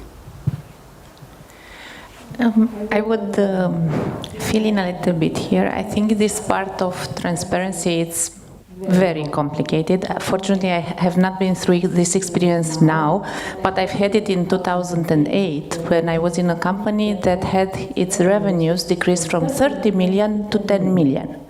You can imagine that the headcount could not be there. And I think one thing that we are overlooking maybe when talking about transparency is that people face better certainty than uncertainty.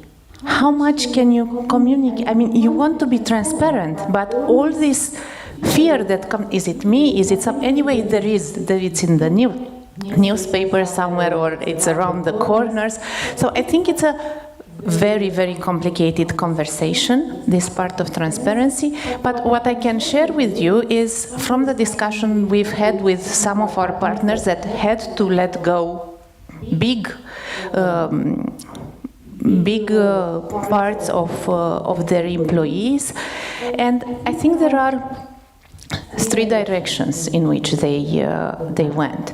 The first direction was how to make sure that they prepare well enough the managers that will have to do that. Okay, there are some people that will need to do that, and they need to be prepared for the emotional impact and everything. Then, the second part is, because you mentioned very well, the people that stay there, that remain in the company, that were lucky enough that remained in the company, but maybe their very close friend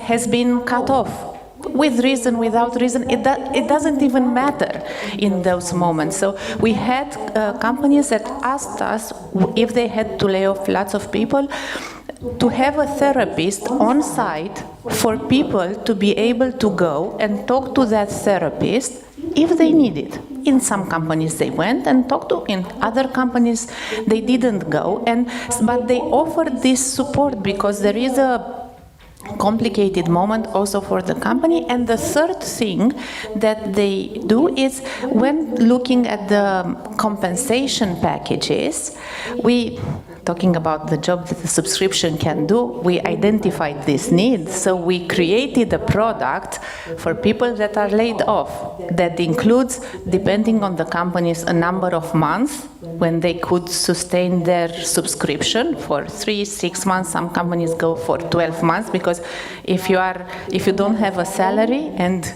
you also have some health issues, it's a bigger cost. And also we included therapy sessions, because in order to go and find a new job, you need to be in a good place. So having whoever wants to use them, it's not compulsory, but is this idea, taking care of the people and the people in the company, seeing how you lay off, but also offering the support for the people remaining, and very important for the managers, because it's not an easy task laying off 50 people, 100 people.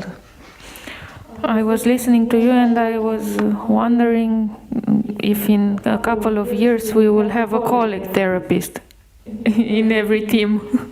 Because I think many HR people, many of them did the psychology university. I think they have this background, and even if not, I'm sure sometimes they are the therapist on call. Thank you. Another question, please. Maybe the last one. Yes. În spate, Liliana. Caterina Ciubotaru, HR Manager, Brinel, IT company. How do you make sure you choose correctly who leaves and who stays? Told you, it's not a good labor market. Please. Very quickly. Okay, obviously I think every company is looking for the performance, but in Ethernet, in our company, we are caring more about the attitude. Because as you know, there are some cliches that attitude you cannot change it, the performance you can improve it. And I think we strongly believe in that one. And we had some cases that not performing, and we moved the position, we changed the positions, and the guy or the lady started to perform like skyrocket. Okay? And so that's why we look for the first attitude. Then if there's a room to improve in the performance with some changes or some mentoring, coaching, whatever you can do as the upper management, we do. But first rule is the attitude and teamwork. Okay. Thank you. Okay, so we're moving forward to our last question, and we will do also a quick round, and I will read the question because I have it here.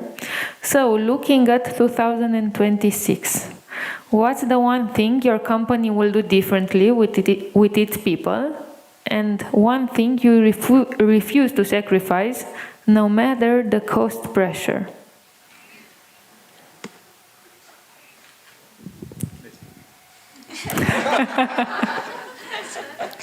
Thank you so much. As Julian already mentioned, we have like a few processes in the implementation parts. We continuously try to do things better at a company. But I want to maybe talk about what we don't want to do differently. I already mentioned that the trust part and how important I think it is.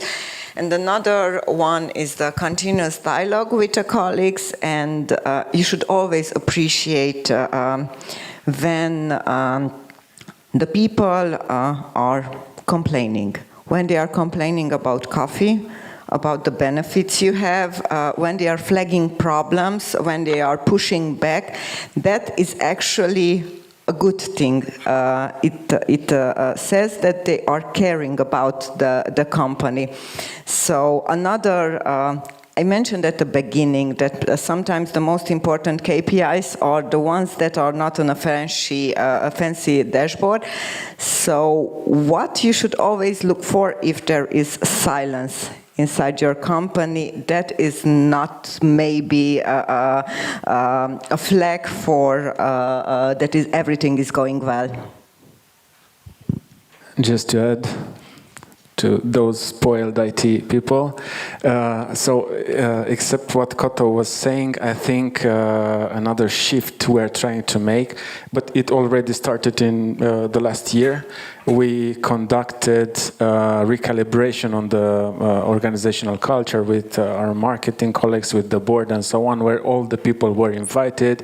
We also had psychologists conducting a lot of questionnaires and interviews and so on.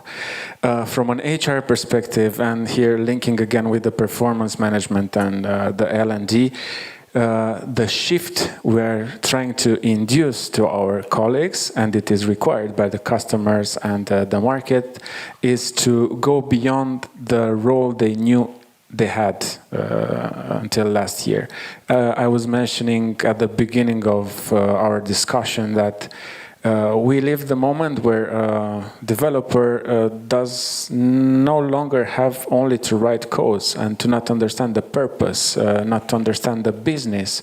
So now we are, let's say, conducting a shifting program where we encourage our colleagues, our programmers, our developers, also to embrace the let's say a business consultant role, not the usual business consultant, because we also have business consultants, but also to understand what is the impact of their job, how to address to the customer, to conduct conversations with the customers. So I think this is the shift we are driving now in 2026. So you are challenging IT specialists to improve their communication skills, right? Not only the communication skills, the human skills. The human skills. We arrive to those times where we actually need to put accent back on the human skills, or as they were called, the soft skills. But the HR people said, "Oh, don't call them soft skills anymore because they seem not having importance." So on the human skills, yes, customer orientation, communication, negotiation, and so on. So yes, this is what we're trying to do, to keep that human part in the context of information technology. Thank you. Please, Ioana. I will continue. Bogdan was a little bit outside, so I've explained what is the question, but I will start. So for 2026, we continue to create really clear career path for our employees. We intend to strengthen the leadership capabilities of our management team. And of course, we want to give or create many chances to our people to improve themselves within the company. And to answer to your second question, I would say that we will refuse to change, no matter what financial constraint we have, the commitment that we have for our people to trust them equally and with respect. I think this is the one of the points, fundamental points, which is guaranteeing the company a long-term success. So it's very important. First, please accept my apologies that I leave for a few minutes. So if I understand correct, the first question is what we will continue, we want to continue to do this year. Or maybe different. Or maybe different, yeah. So I think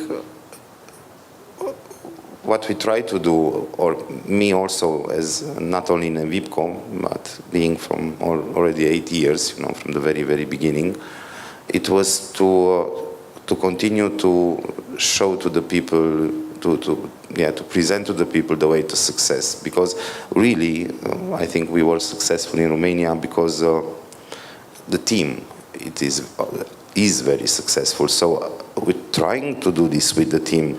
I think that the performance with a good environment will come. And sure, very linked with the results, because again, we have to show good numbers. But I think this is what we want to continue. I think this is what to succeed to do. I think reasonable, if not good. But yeah, to show to each department, its finance, its operations, its service, whatever it is, to guide them in order to have success. And I think it's very important, starting from the cleaning lady, they are important and successful. And sure, to find ways, both parts are winning from this, let's say, deal. And what I will not change, I understand it's the next question. This year, I think absolutely what already mentioned and so on. And even that we'll have, let's say, constraints from the group, because again, we are in a multinational company. What I will try to not change, because also hard times could come to us, is to not change this culture, what we have in Romania as a company, because I think this was the drive to success, no doubt, and I will try, together with Ioana, to not change this, even that comes from the head office, and to go there, even that is board, the executive team, whatever they call, this very nice and fancy investor meeting or whatever it is, with arguments, to not change something that in the end touch our relation with the people, because with that people, and it's nothing, I'm not in front of my bosses too, and nobody will look at this meeting and so on.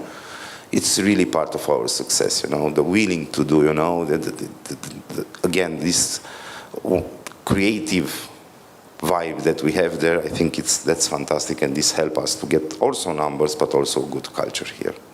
Thank you. Thank you. Claudio? No.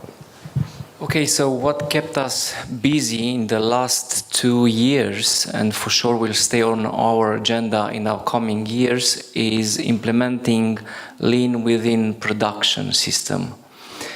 And what I mean by that, it's not just referring to the company as a whole or in terms of processes, but from the individual working style up to the, let's say, processes and procedures. Now, we all want to have senior people working with us. We all want to have stability in our headcount.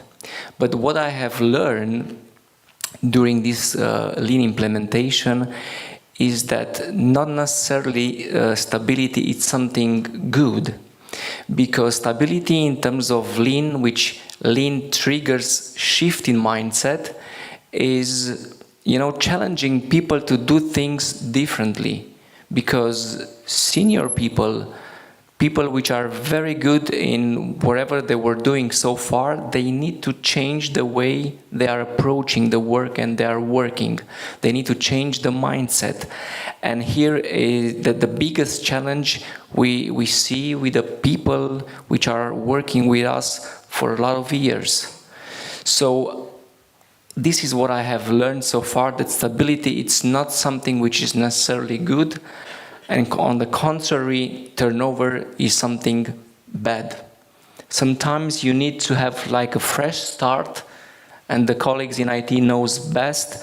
If your, let's say, sourcing code, it's not properly written, you'll have a lot of troubles going further. What I will not change going further is the relation with myself and the decision I'm taking with the people and the way I communicate in the organization. At the end of the day, all of us are people, are human beings. So when we put our head on the pillow, you need to to have peace with yourself, and then the decision you made were the right ones.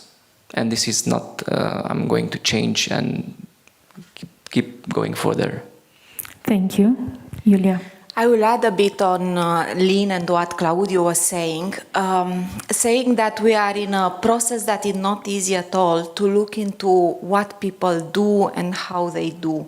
And we are trying to standardize their roles, their jobs, to streamline and to simplify to the maximum in a way that is less creative. And sometimes people who are doing the job for a long time, or even youngsters, they do want to be creative and reinvent things. However, we know some things are done simply in a certain way, and there is not room for reinvention in that area.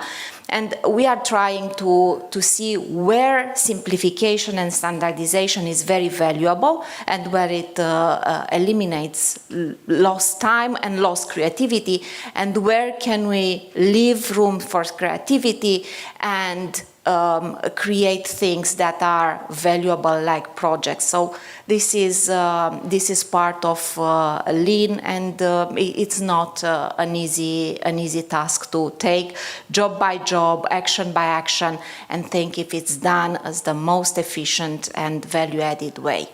Now, where we are not giving up is investing into the new generation. We are having in PEHART, I would say for many years already, process in which we are bringing youngsters, students or freshly graduates. We see them in internship and then we recruit them. Now, it's a big investment in terms of time, energy and resources to take somebody for a short period of time, to pay that person, to give them a mentor, to give them a whole team and all the management even time to work on a project, to learn, and then at the end of the process to assess if that's going to be a fresh employee or not. When there are not too many resources available, and there are not in terms of time and people who would be willing to dedicate their energy to put into a youngsters that might be a new colleague or might not be a new colleague, then that might seem like you are losing some energy there. However, we keep on doing it, and we are still recruiting now, and we are preparing to have these new youngsters, and some colleagues are willing to work with them for the month, knowing that might be a good return or not. Did you get any optimization ideas from the new generations that you had in the past years? Because I had in our magazine we have 2 new employees with 22 years old, the journalists, and they learned me a lot of tricks. For us as well, I would think that they were valuable, some of them in the past. I have now in mind 2 youngsters working in IT who are doing Excel and Power BI training and teaching to the employees. So they were really coming with tricks. I would say the biggest advantage is that they come with a lot of energy and they challenge our energy. Now, they do things quicker than we do. They are more curious than maybe we are. And they come with a fresh air in a way. They are very good in presentations. I have seen maybe the best presentation that I'm seeing in the companies. They are also very well worked, but the moment when September comes and they are presenting their projects, they work them with their mentor before, they rehearse them. They are really very good. And I would say they raise a little bit the bar for our colleagues. Thank you. Georgiana? My idea is connected to what Claudio was saying, and I strongly believe that the most important skill that we can have in the current environment is to learn, unlearn, and learn again. And the thing that I want to do, even if I've been telling my team for quite some time that what got us here won't get us there, and this is the biggest problem when you are quite successful, that you have the impression the same thing will work over and over again. And I strongly believe that some things that we were doing and were very good, we need to forget about them and we need to do them differently. And this is something that I will keep pushing my team, and some of them hear me here, so they can. I will stick to this word, and also, of course, also push myself, because I also need to do things differently. So this is a thing that I would like my team to do. And on the other side, maybe expected my reply here, I will not give up on offering them the resources to be more resilient in this context and the resources to be able to face all this constant change that is needed. And one of these resources for us is a psychotherapist that we have on site 2 days per week, where they can go, they can vent, they can discuss whatever problems they might be having. Thank you so much. Gorkem?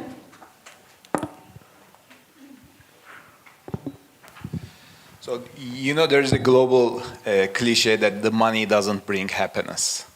I believe in the other way around.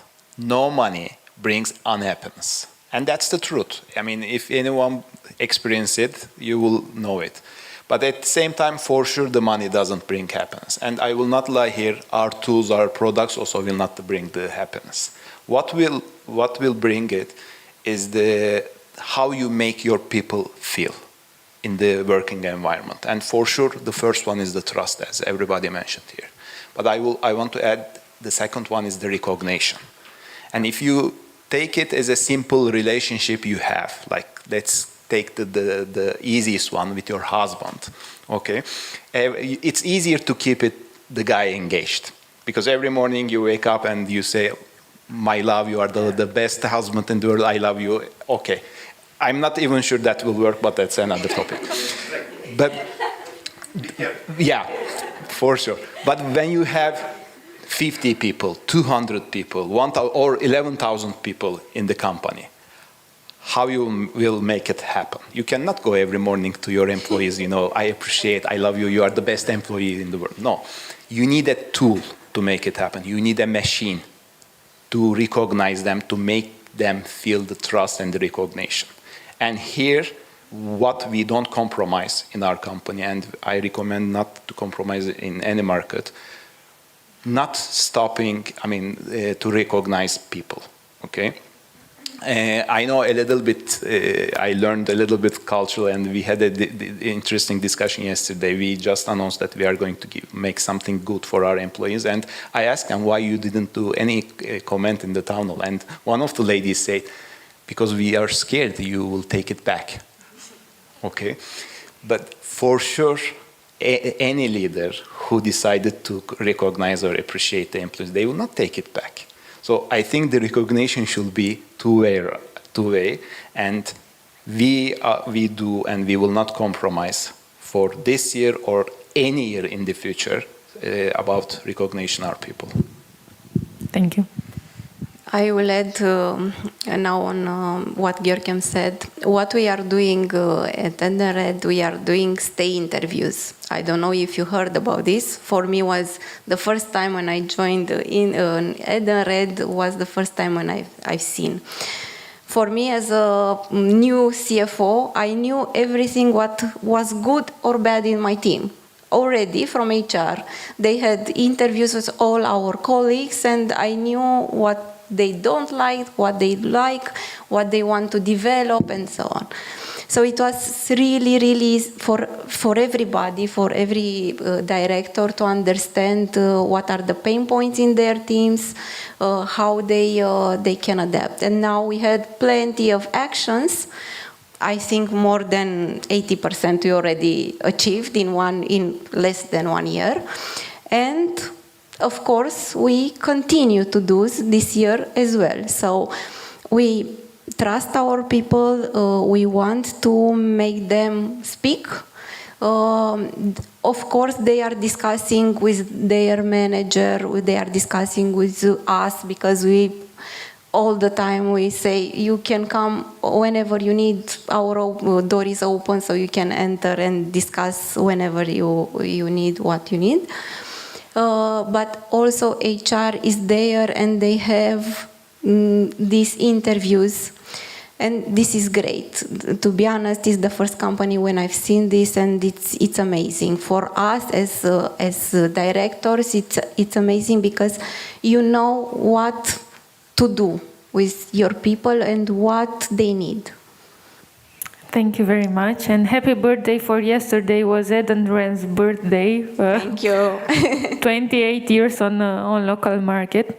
So thank you you all for all the great discussions that we have.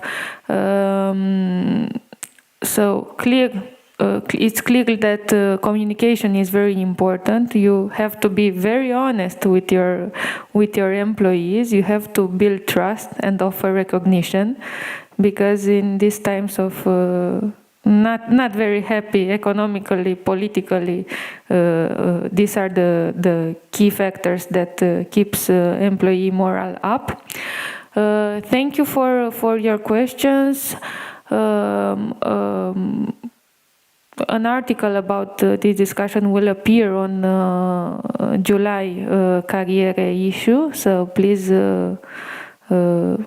subscribe to our magazine to receive the issue. Thank you to our partners, Regina Maria and Ed and Red. You made it possible for us to come here today. So now I kindly welcome you to network with our speakers and to have a lunch together. Thank you so much. Thank you very much.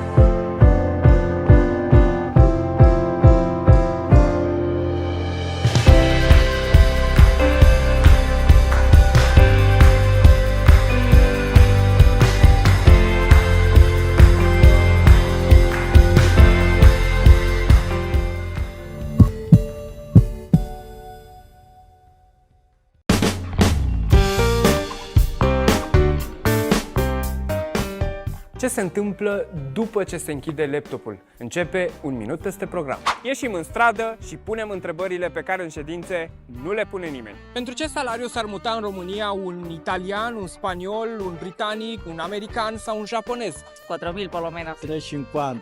4.000 euro. Come quanto te livrare? Când ai de luat o decizie importantă și dificilă, nu ca urcatul acestor scări pe care le-am urcat de altfel de vreo 5 ori până a ieșit filmarea, dar o decizie mare de business, la ce te gândești? Dacă ai primit 10.000 de euro, te-ai mutat din Cluj în București sau din București în Cluj, cum arată viața corporatistă în București? Dacă jobul tău ar fi un fel de mâncare, ce mâncare ar fi? Încerc să-ți dau un răspuns serios. Aperitiv. Shawarma. Șnițel cu cartofi. Cum ai descrie jobul tău unui copil de 5 ani? Care e cel mai ciudat motiv pentru care ai oprit camera într-un call dacă ai putea să te clonezi?